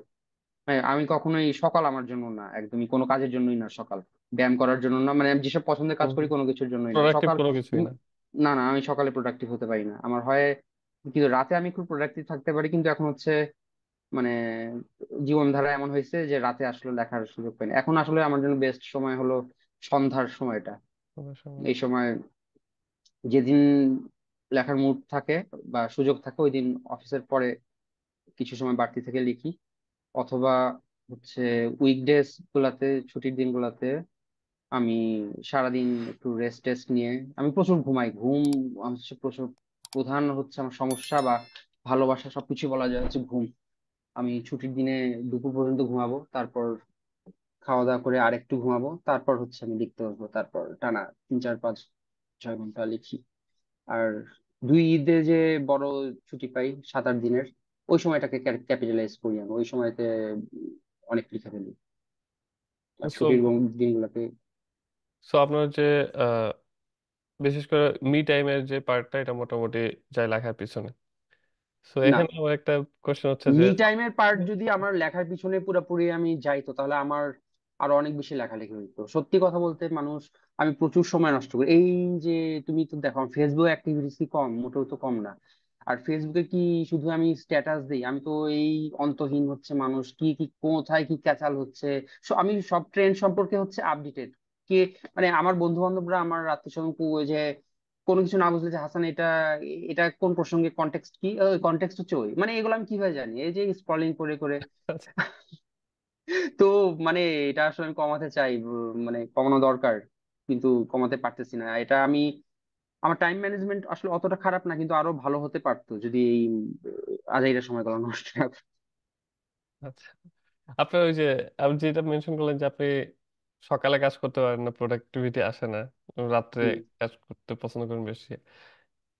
আইরনিক ব্যাপার হচ্ছে যে আমার এই জিনিস ছিল, এবং আচ্ছা। আমি যে ইউনিভার্সিটি লাইফে যখন সাপোজ ব্লগিং টগিং, ব্লগে আমি লিটারালি রাত্রেবেলায় থাকতাম। রাত্রেবেলা ছিল হুম। প্রোডাক্টিভ টাইম, আমি দেখছি যে আমার সকালে কাজ হয় না। গত 3 4 বছর জিনিসপত্র এত চেঞ্জ হয়ে গেছে ড্রাস্টিক্যালি।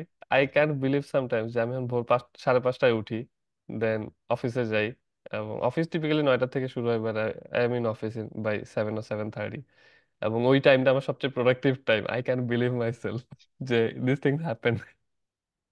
না না, অফিসের ক্ষেত্রে আবার বিষয়টা আলাদা। কারণ অফিসের ক্ষেত্রে মানে এটা আসলে মাইন্ডসেটের ব্যাপার। তুমি যখন অফিসে যাবা, তখন হচ্ছে তুমি ওই সময়টা হচ্ছে তোমার কাছ থেকে কেনা, এবং তুমি ওই সময় হচ্ছে অন্য চিন্তা করার সুযোগ কম তোমাকে। আর ওই সময় অফিসে যে আমি মোটামুটি, আমি কফি ছাড়া হচ্ছে আমার হবে না। প্রথমে আচ্ছা, একটা কড়া একটা ব্ল্যাক কফি দরকার, ওই ব্ল্যাক কফি খেয়ে মোটামুটি মাইন্ডসেট একটা প্লাস ভাইব চলে শরীর, আসে। হ্যাঁ, ঠিক করে নেই, গান টান শুনি। কিন্তু বাসায় থাকলে এটা আমি তৈরি করতে পারি না। মানে আচ্ছা আমি যখন লেখার সময়, যখন আমি সকালবেলায় 6টার সময় উঠে কফি খেয়ে লিখতে বসবো, এটা আমি তৈরি করতে পারি আচ্ছা। না। এটা আমার মনে হয় যে সুযোগ আছে তোমার ঘুমানোর, তুমি ঘুমাও, তোমাকে কেন সকালে উঠতে হবে লিখতে রাইট বসতে? Right right right. না, এটা এটা একটা ভালো পয়েন্ট। আমি জাস্ট চিন্তা করলাম যে হ্যাঁ, না, বাসা থেকে আমি অফিসও করতে পারি সকালে, কিন্তু অন্য যে হুম। ক্রিয়েটিভ কাজগুলো, যেমন নিজের কাজ, এগুলো অ্যাকচুয়ালি সকালে হয় না। না, গুড হুম। পয়েন্ট। আচ্ছা, এনিওয়েজ, আপনার যে জবাই ঘর বইটা, আমি হুম। গুডরিডস আর রকমারিতে দেখতেছিলাম যে বইয়ের ফিডব্যাক। হুম। তো জবাই ঘরে দেখলাম যে রিভিউ অনেক বেশি compare hmm. To other books. আপনার কেন মনে হয় এটা কেন হয়েছে, লোকজনের রিয়াকশন? আচ্ছা, এটার পিছনে আসলে সুনির্দিষ্ট কারণ আছে। আচ্ছা সুনির্দিষ্ট আচ্ছা। কারণ যেটা, সেটা হলো ওই সময় হচ্ছে আমি ফেসবুকের একটা গ্রুপ আছে, থ্রিলার পাঠকদের আসর, হ্যাঁ, হ্যাঁ হ্যাঁ। মোটামুটি এখনো আছে, বেশ জমজমাট একটা গ্রুপ। ওরা হচ্ছে থ্রিলার জাতীয় বিষয়ে বস্তু নিয়ে করে। তো ওই সময় আমি ওখানে লেখা দিতাম। আমার যেসবকে, আমি আমি আসলে থ্রিলার আসলে ওইভাবে লিখি নাই। থ্রিলার বলতে আসলে যেভাবে ক্যাটাগরাইজ করা হয়, যে একটা কিছু ঘটতেছে, একটা সাসপেন্স, হুম একটা হুম। অপরাধী, একটা ক্রাইম এবং একটা টুইস্ট, আমি আসলে ঠিক ওই অর্থে ওই রকম লেখা খুব কম লিখছি, হয়তোবা লিখছি 3 4টা। প্রথমে ওই লেখাগুলো দিলাম, তারপর যেগুলো আমার একটু অ্যাবস্ট্রাক্ট জিনিসপত্র কিন্তু প্রচুর ওখানে ক্রাইম, ভায়োলেন্স ইত্যাদি আছে, ওগুলো দেওয়া শুরু করলাম, ফলে ওখানে আমার একটা রিডার বেস তৈরি হলো। আচ্ছা। আর হচ্ছে আমার পরবর্তী যে বইটা, যে জবাই ঘর, ওই সময় ওটা ওটার প্রচারণা হচ্ছে ওখানে করা শুরু করলাম আচ্ছা। আমি এবং আমার প্রকাশক রুম্মান তাসফিক। যে এটাকে তো, ওটা অ্যাকচুয়ালি থ্রিলার ছিল না জবাই ঘর, এটা হলো মানে কিছু ডার্ক এবং ডিপ্রেসিং গল্প, যার মধ্যে ক্রাইম আছে, ভায়োলেন্স আছে, তো ওগুলাকেই আমরা বলা যায় মার্কেটিং এর খাতিরে থ্রিলারের মোড়ক দিয়ে ওখানে উপস্থাপন করছিলাম। এই সুবাদে হচ্ছে অনেক মানুষ হচ্ছে বইটা কিনছিল, এবং ওটার রেটিংও কিন্তু সবচেয়ে কম গুডরিডসে, কারণ হচ্ছে সবে হচ্ছে ওই টাইপের থ্রিলার মনে করে কমফোর্টেবল না। কিনে ওটাতে শেষ পর্যন্ত হয়তো তারা ওই তাদের আশা পূরণ হয়নি, তো ওটার রেটিং কিছুটা কম অন্যান্য বইয়ের চেয়ে। কিন্তু ওটার সুবাদে আমি নতুন অনেক পাঠকও পাইছি আসলে। হুম হুম হুম হুম হুম। শেষ পর্যন্ত এটা আমার জন্য একটা ভালো প্রজেক্টই ছিল। তো 2016 থেকে মোটামুটি আমি দেখলাম যে আপনি প্রত্যেক বছরই অ্যাটলিস্ট একটা বই বের হচ্ছে আর কি। হুম তো আপনি ফ্যামিলি, চাকরি বাকরি সবকিছু ম্যানেজ করে এই যে প্রত্যেক বছর একটা বই বের করবো, how do you hmm. Manage? এবং আরেকটা জিনিস হচ্ছে যে সাপোজ আপনার লেখার শুরুতে যে একটা সিগনেচার স্টাইল ছিল, এখন আই গেস আপনি এটাকে অনেক চ্যালেঞ্জ করে একটু অন্যরকম লেখা লেখারও ট্রাই করেন। সো এই চেঞ্জটা ওভার দ্য টাইম কিভাবে হয়েছে? এটা আসলে ট্রাই করি না, এটা আসলে সময়ের সাথে সাথে এসে যায়, মনে সময়ের সাথে হচ্ছে। সাথে মানুষ হচ্ছে কোমল হয়। কারণ আমি যখন 2007 সালে, ধরো আমি চিন্তা করতাম যে কিভাবে কিভাবে সাইকোপ্যাথরা খুন করে, কিভাবে হচ্ছে টর্চার করে, আর এখন হচ্ছে আমার, তখন তো আমার পিতৃত্বের অনুভূতি ছিল না, এখন হচ্ছে আমার দুইটা বাচ্চা আছে, আমার সাংসারিক বিভিন্ন বিষয় বস্তু আছে, তবে এখনো ডার্ক জিনিসপত্র, টুইস্টেড জিনিসপত্র ভাল লাগে। বাট এখন তো অনেক নতুন নতুন অনুভূতির সঙ্গে আমি পরিচিত। এবং হুম জীবন হচ্ছে যত সামনে এগোবে তখন তত হচ্ছে তুমি নতুন নতুন অনুভূতির সঙ্গে পরিচিত হবা, নতুন নতুন অভিজ্ঞতার সঙ্গে পরিচিত হবা, হুম এবং ওইগুলা আসলে আসলে ফিল না করলে হচ্ছে তোমার পক্ষে বোঝা সম্ভব না। যেমন আমি যদি কখনো হচ্ছে, যদি কোনো বরফ বেষ্টিত কোনো পাহাড়ে না যাই, আমি কি ওইটা নিয়ে কোনো গল্প লিখতে পারবো? ওটা তো আসবে না ভিতর থেকে। রাইট। কিন্তু আমি যদি যাই, তাহলে কিন্তু ঠিকই দেখবা যে আমার গল্পে হচ্ছে পাহাড় আসতেছে, বরফ আসতেছে, এসব আসতেছে। আমি কখনো বিদেশে যাইনি, যদি যাই তখন কিন্তু এগুলা ঠিকই আসবে আমার গল্পে, তাই না? হুম হুম হুম। তো জীবন কিছুটা কমফোর্টেবল হয়েছে আগের চেয়ে, সেটেল হয়েছে আগের চেয়ে, কোমল কিছু অনুভূতির সঙ্গে, কোমল এবং ভালো অনুভূতির সঙ্গে পরিচয় ঘটছে, ফলে কিছু চেঞ্জ আসছে। এবং স্টিল আমি আসলে এখনো ডিপ্রেসিং জিনিসপত্রের পাওয়ার আসলে বেশি, মানুষজন আসলে বিষাদ এবং কি বলে ট্রাজেডি, এই জিনিসগুলো মানুষ হচ্ছে মনে রাখে। যেমন রাইট। ধর অস্কারে কিন্তু কমেডি মুভি কিন্তু পায় না সাধারণত, কিংবা নোবেল কোনো রস রচনা কিন্তু হচ্ছে নোবেল পায় না। হুম হুম সব হুম কিন্তু হচ্ছে উম, মানুষের মিজারি বা মানুষের এসব বিষয়বস্তু নিয়ে জিনিসই হচ্ছে মানুষ বেশি মনে রাখে। হুম, right. তো শেষ পর্যন্ত মানুষ যতই সুখী হোক বা শেষ পর্যন্ত যাই হোক, মানুষের বেসিক জিনিসটা আসলে হচ্ছে ভয়। হুম। তো এটা থাকবেই। হ্যাঁ, ভয় এবং হচ্ছে বিষাদ। বিষাদ জিনিসটা আসলে সুন্দর, আর ভয় আসলে সবসময় মানুষকে তাড়িত করে, কারণ সবারই ভয় আছে। যেমন ধরো উম এই মুহূর্তে পৃথিবীর সবচেয়ে ক্ষমতাধর ব্যক্তিকে ধরো, আমেরিকার প্রেসিডেন্ট জো বাইডেন, তাই না? টেইলর সুইফট সে মনে হয়। আচ্ছা, টেইলর সুইফট, ধরলাম টেইলর সুইফট। এখন টেইলর সুইফটের ধরো কয়েকশো মিলিয়ন না বিলিয়ন হচ্ছে ডলার আছে, ও যা ইচ্ছা তাই করতে পারে। কারণ ওর কাছে ভয় কি? ও হচ্ছে এই 1 নাম্বার অবস্থান থেকে 2 নাম্বারে নামাটা, এটা হচ্ছে ওর ভয়। রাইট। সো ধরো হচ্ছে মেসি, আমাদের প্রিয় মেসি, ও হচ্ছে সবকিছু পেয়ে গেছে, ও পৃথিবীর রাজা হয়ে গেছে। এখন যদিও 2022-এর বিশ্বকাপটা না পেতো, আবার 2014-এর মতো ট্রাজেডি হতো, তাহলে ওর চেয়ে দুঃখী আর কে থাকতো? রাইট। তো মানুষ আসলে যতই যেখানে যাক, মানুষের এই বেসিক এই অনুভূতি গুলা, এটা আসলে থাকবে। মানুষকে সবসময় তাড়িত করে। তো আমার লেখার সুর হয়তো বা কিছুটা কোমল হয়েছে, কিন্তু এই জিনিসগুলো সবসময় থাকবে। সো আপনি যে ডার্ক ব্যাপার স্যাপার নিয়ে লেখা শুরু করছেন, সাইকেডেলিক, দেন থ্রিলার, আপনার আশপাশের লোকজন মানে লেখার জগতের না, family life or family friends, ওরা যখন এক্সপ্লোর করতে পারছে যে you are capable of writing this, কোনো কি রিয়াকশন পাইছেন? যে আহ, আমার বন্ধুরা আসলে আমার লেখা সেভাবে, আমার কাছের বন্ধুরা ওভাবে আসলে পড়ে না। আর আর পরিবারের মধ্যে যারা পড়ে তারা আসলে অ্যাপ্রিসিয়েটই করে। ওকে, তো আই থিঙ্ক এটা তাহলে ভালো জিনিস।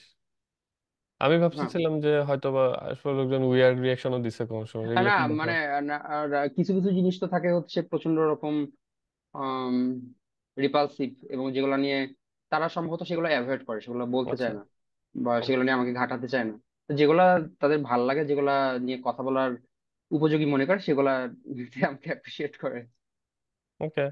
আচ্ছা, আসলে সত্যি কথা বলতে একজন লেখককে আসলে এত কিছু ভাবলে চলে না, এবং চলে না। আমি নিজে অনেক কিছু ভাবি, যেসব ভাবনার কারণে হয়তো বা আমি নিজেকে অনেক কিছু বলা থেকে সংযত রাখি, কিন্তু আসলে এটা হওয়া উচিত না।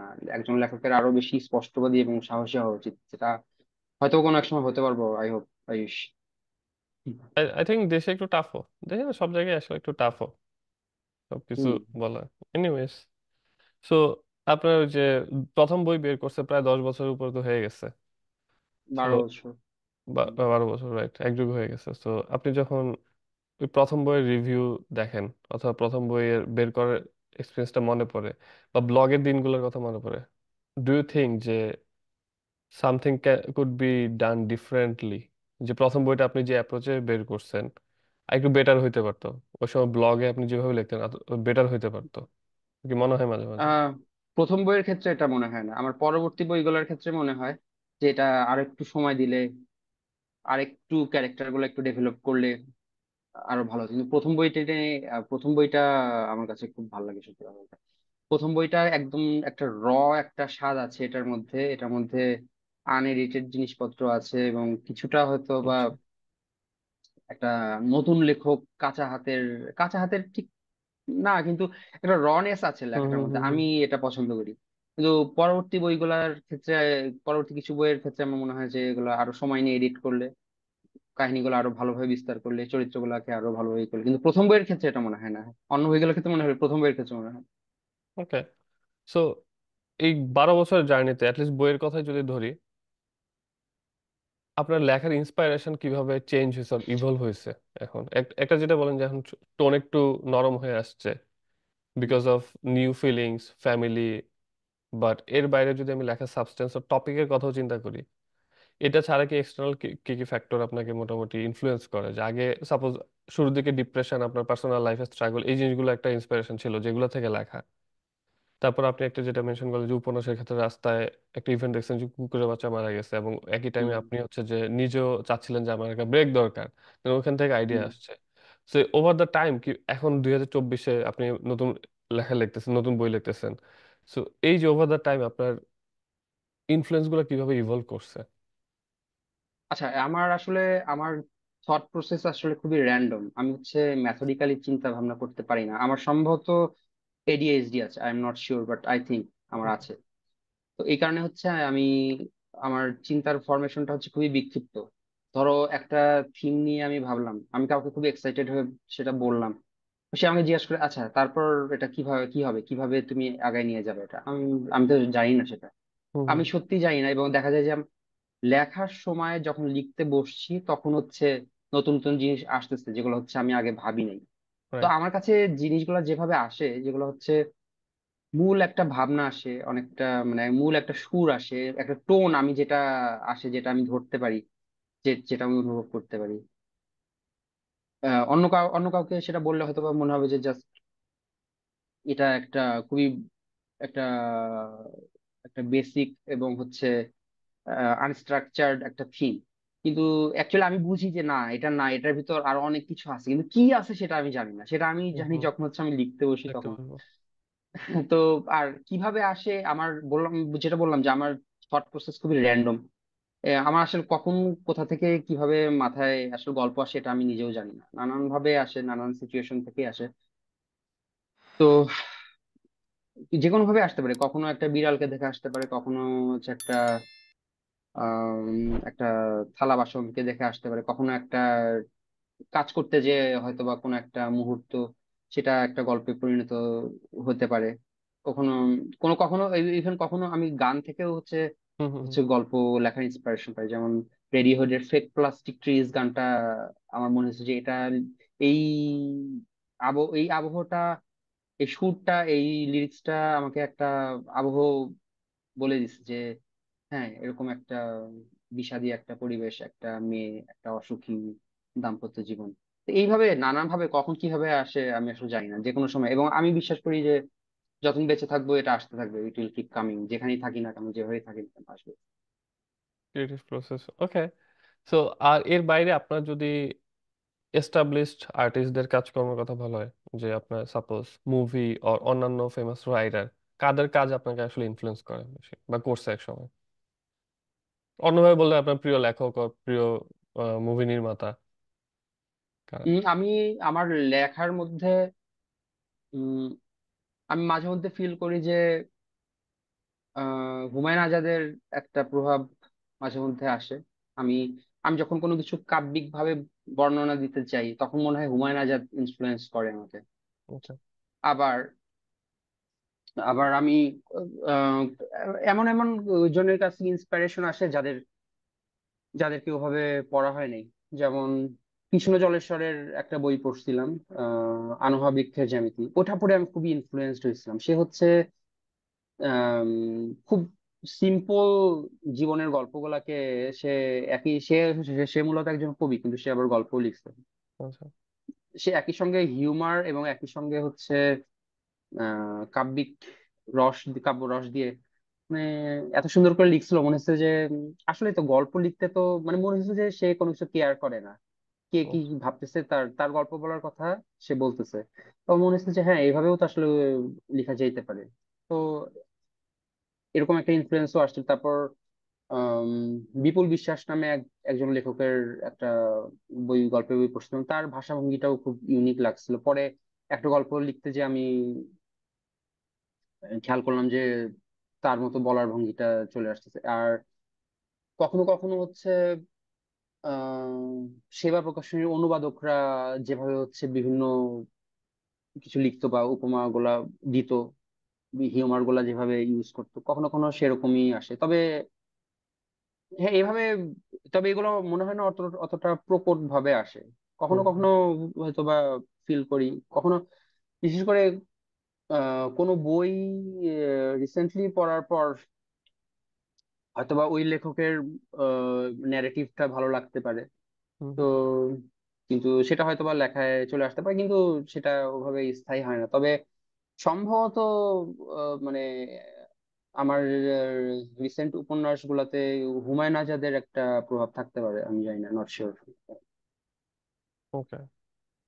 আচ্ছা, ক্রিয়েটিভ প্রসেসের বাইরে এখন একটু প্র্যাকটিক্যালিটিতে আসি, যে সাপোজ বা আপনার কি মনে হয় যে বাংলাদেশে লেখালেখি can B A like full ফ্লেজ profession, সাংবাদিকতা বাদ দিলে আর কি, যে আপনি যে বই লেখে কি কেউ আসলে তার লাইভলিহুড চালাতে পারবে?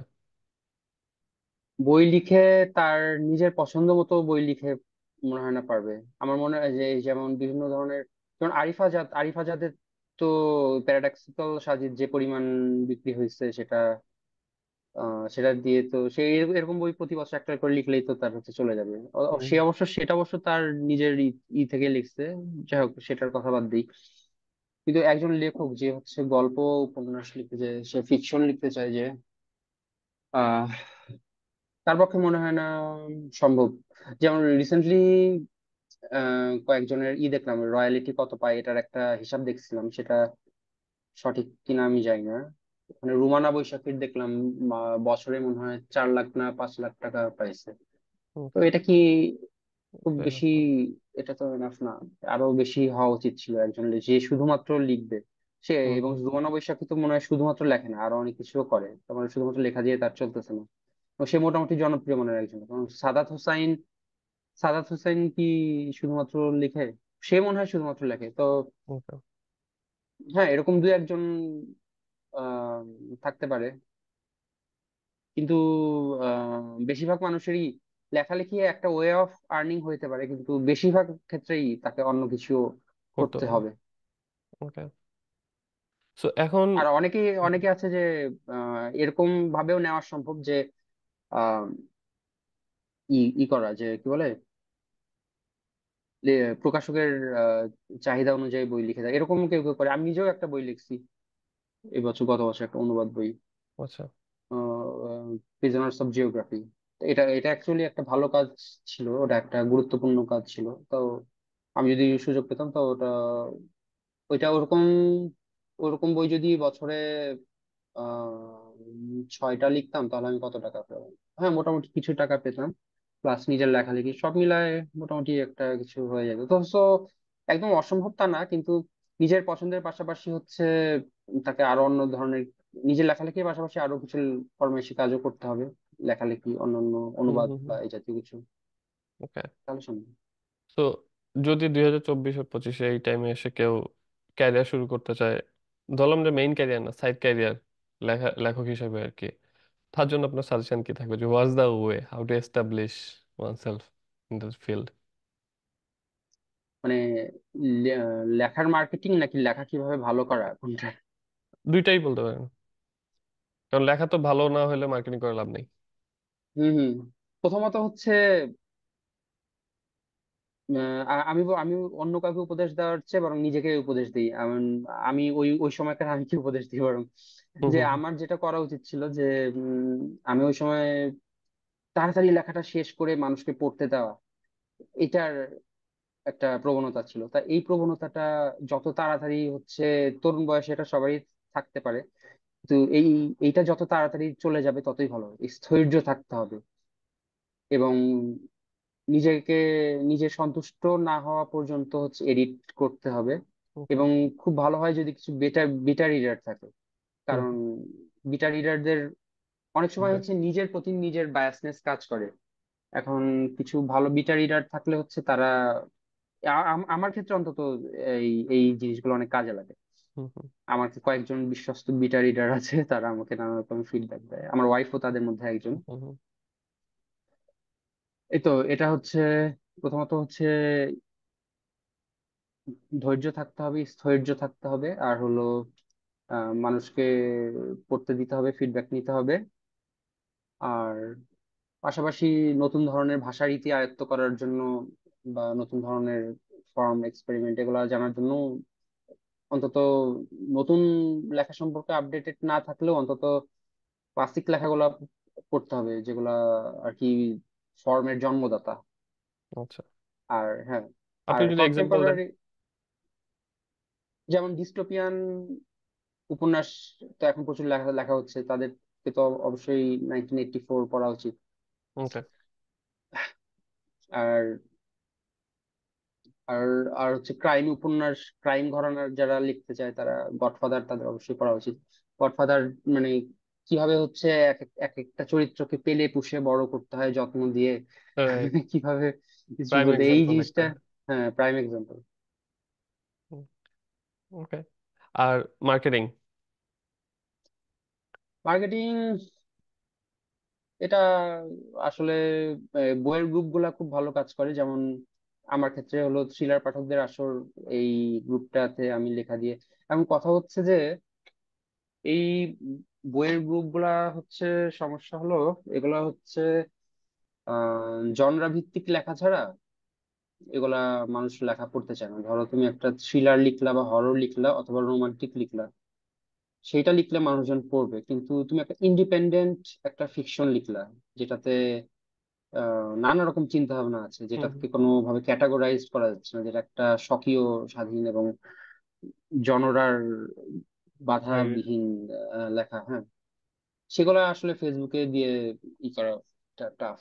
তো সেক্ষেত্রে আসলে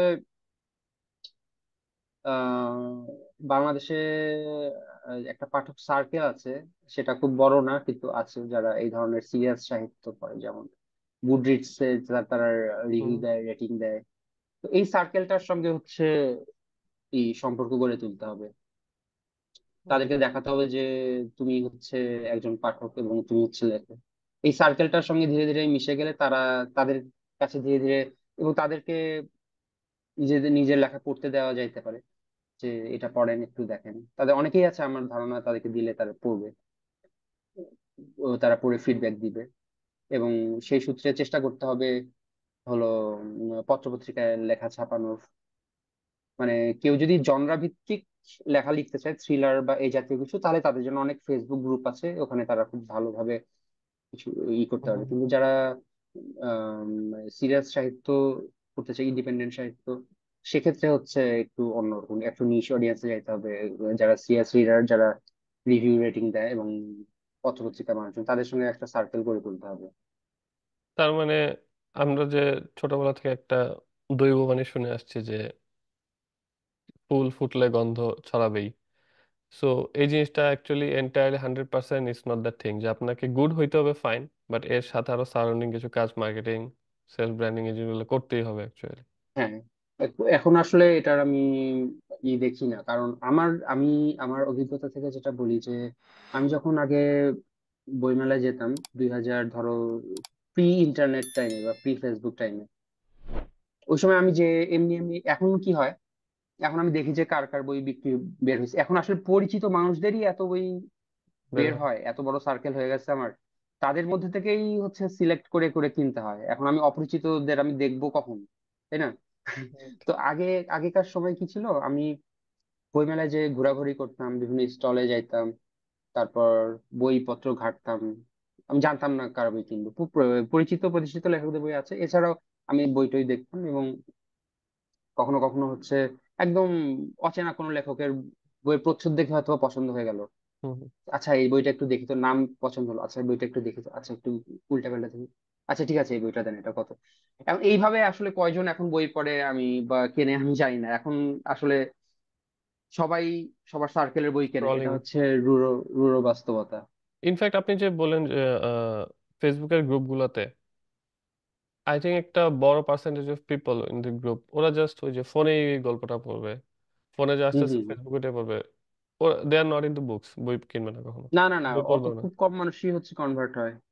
যত ফেসবুকের মানে এখন টাকা পয়সা খরচ করে, আগে তো মানুষের টাকা পয়সা খরচ করার একটা ছিল, যে ক্যাসেট কিনবে টাকা খরচ করে হ্যাঁ, 35 টাকা দিয়ে, তারপর হচ্ছে বই কিনবে, তারপর পেপার কিনবে, পত্রিকা কিনবে। কিন্তু এখন তো মানুষজন সবই চায় হচ্ছে ফ্রি, ফ্রিতে আর্ট বিকেম মোবাইলের ফ্রি।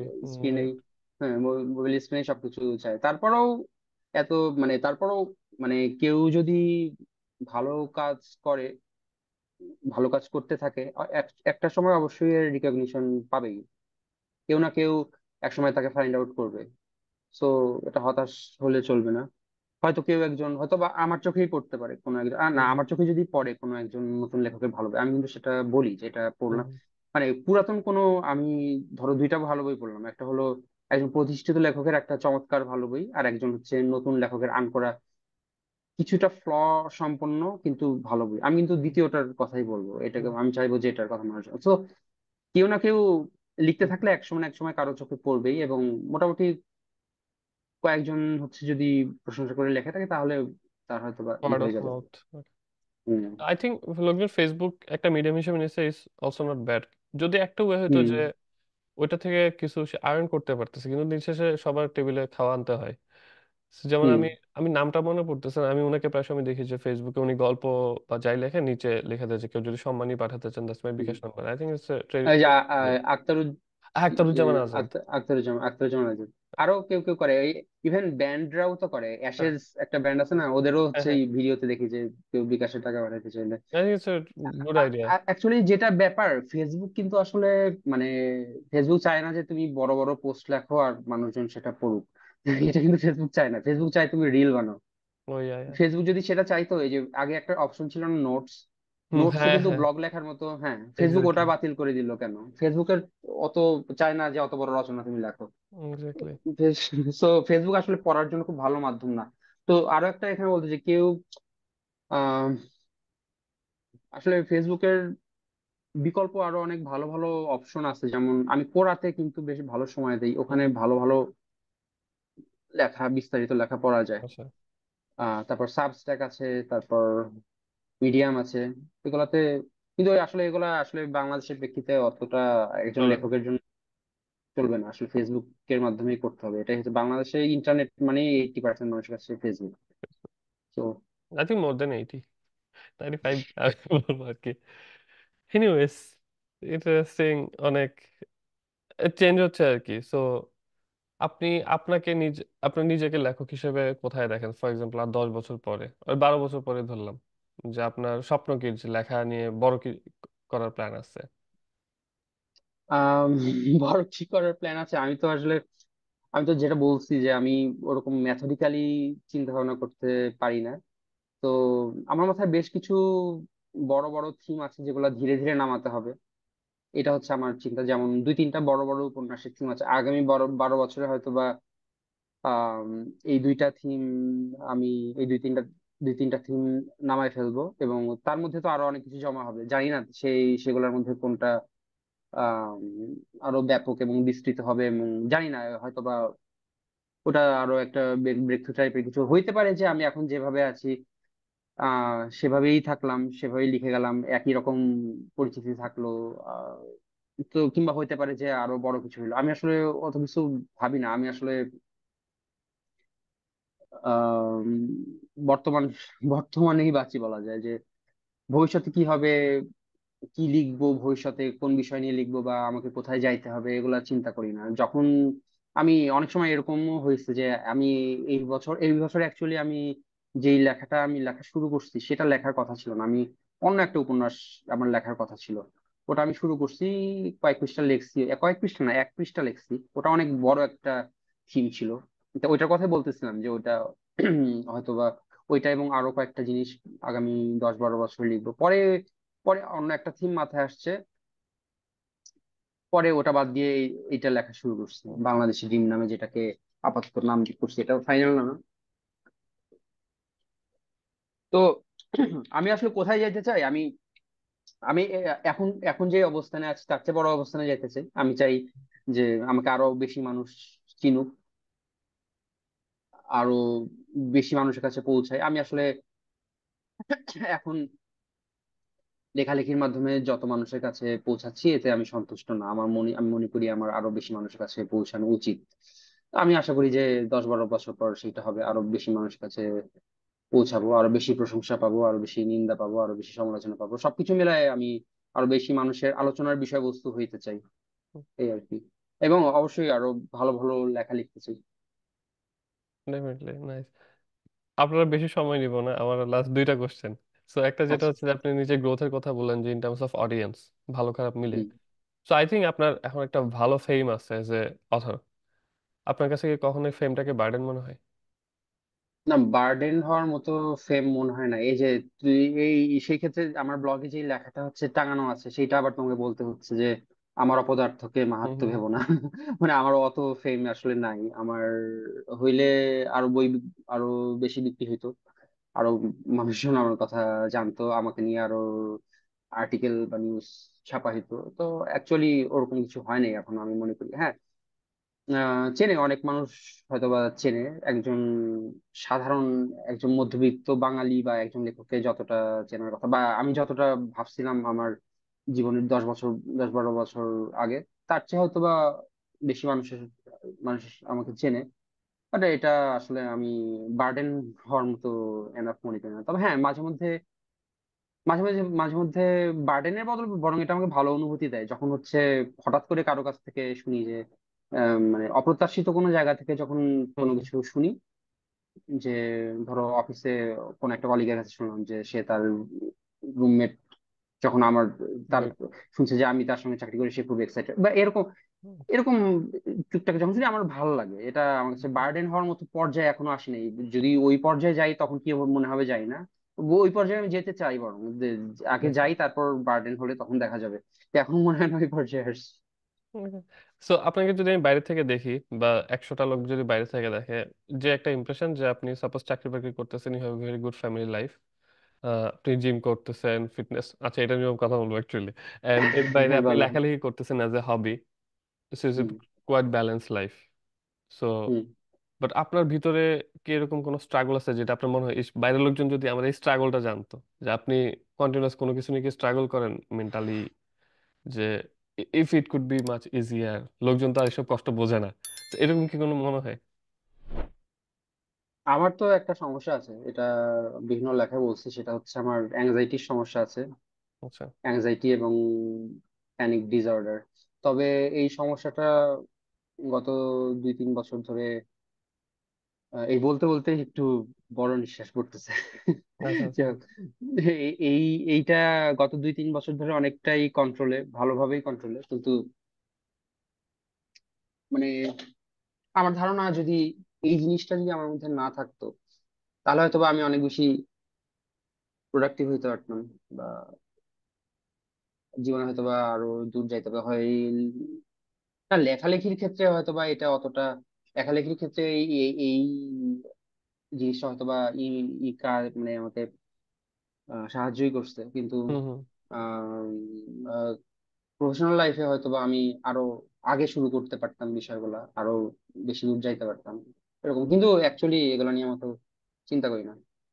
তবে এটা একটা সমস্যা অবশ্যই, কখনো কখনো হচ্ছে জিমের মধ্যেও হচ্ছে একটু অস্বস্তি বোধ করি, তবে এখন আমি হচ্ছে নিজেকে ওগুলা কন্ট্রোল করার বিভিন্ন উপায় বের করে ফেলছি, এখন আসলে অতটা অতটা সমস্যা হয় না। তবে এটা একটা সমস্যা, এটা না থাকলে, এটা আমার একটা মানে শাশ্বত একটা সমস্যা, এবং মানে জন্ম থেকেই আমাকে আমার মধ্যে আছে।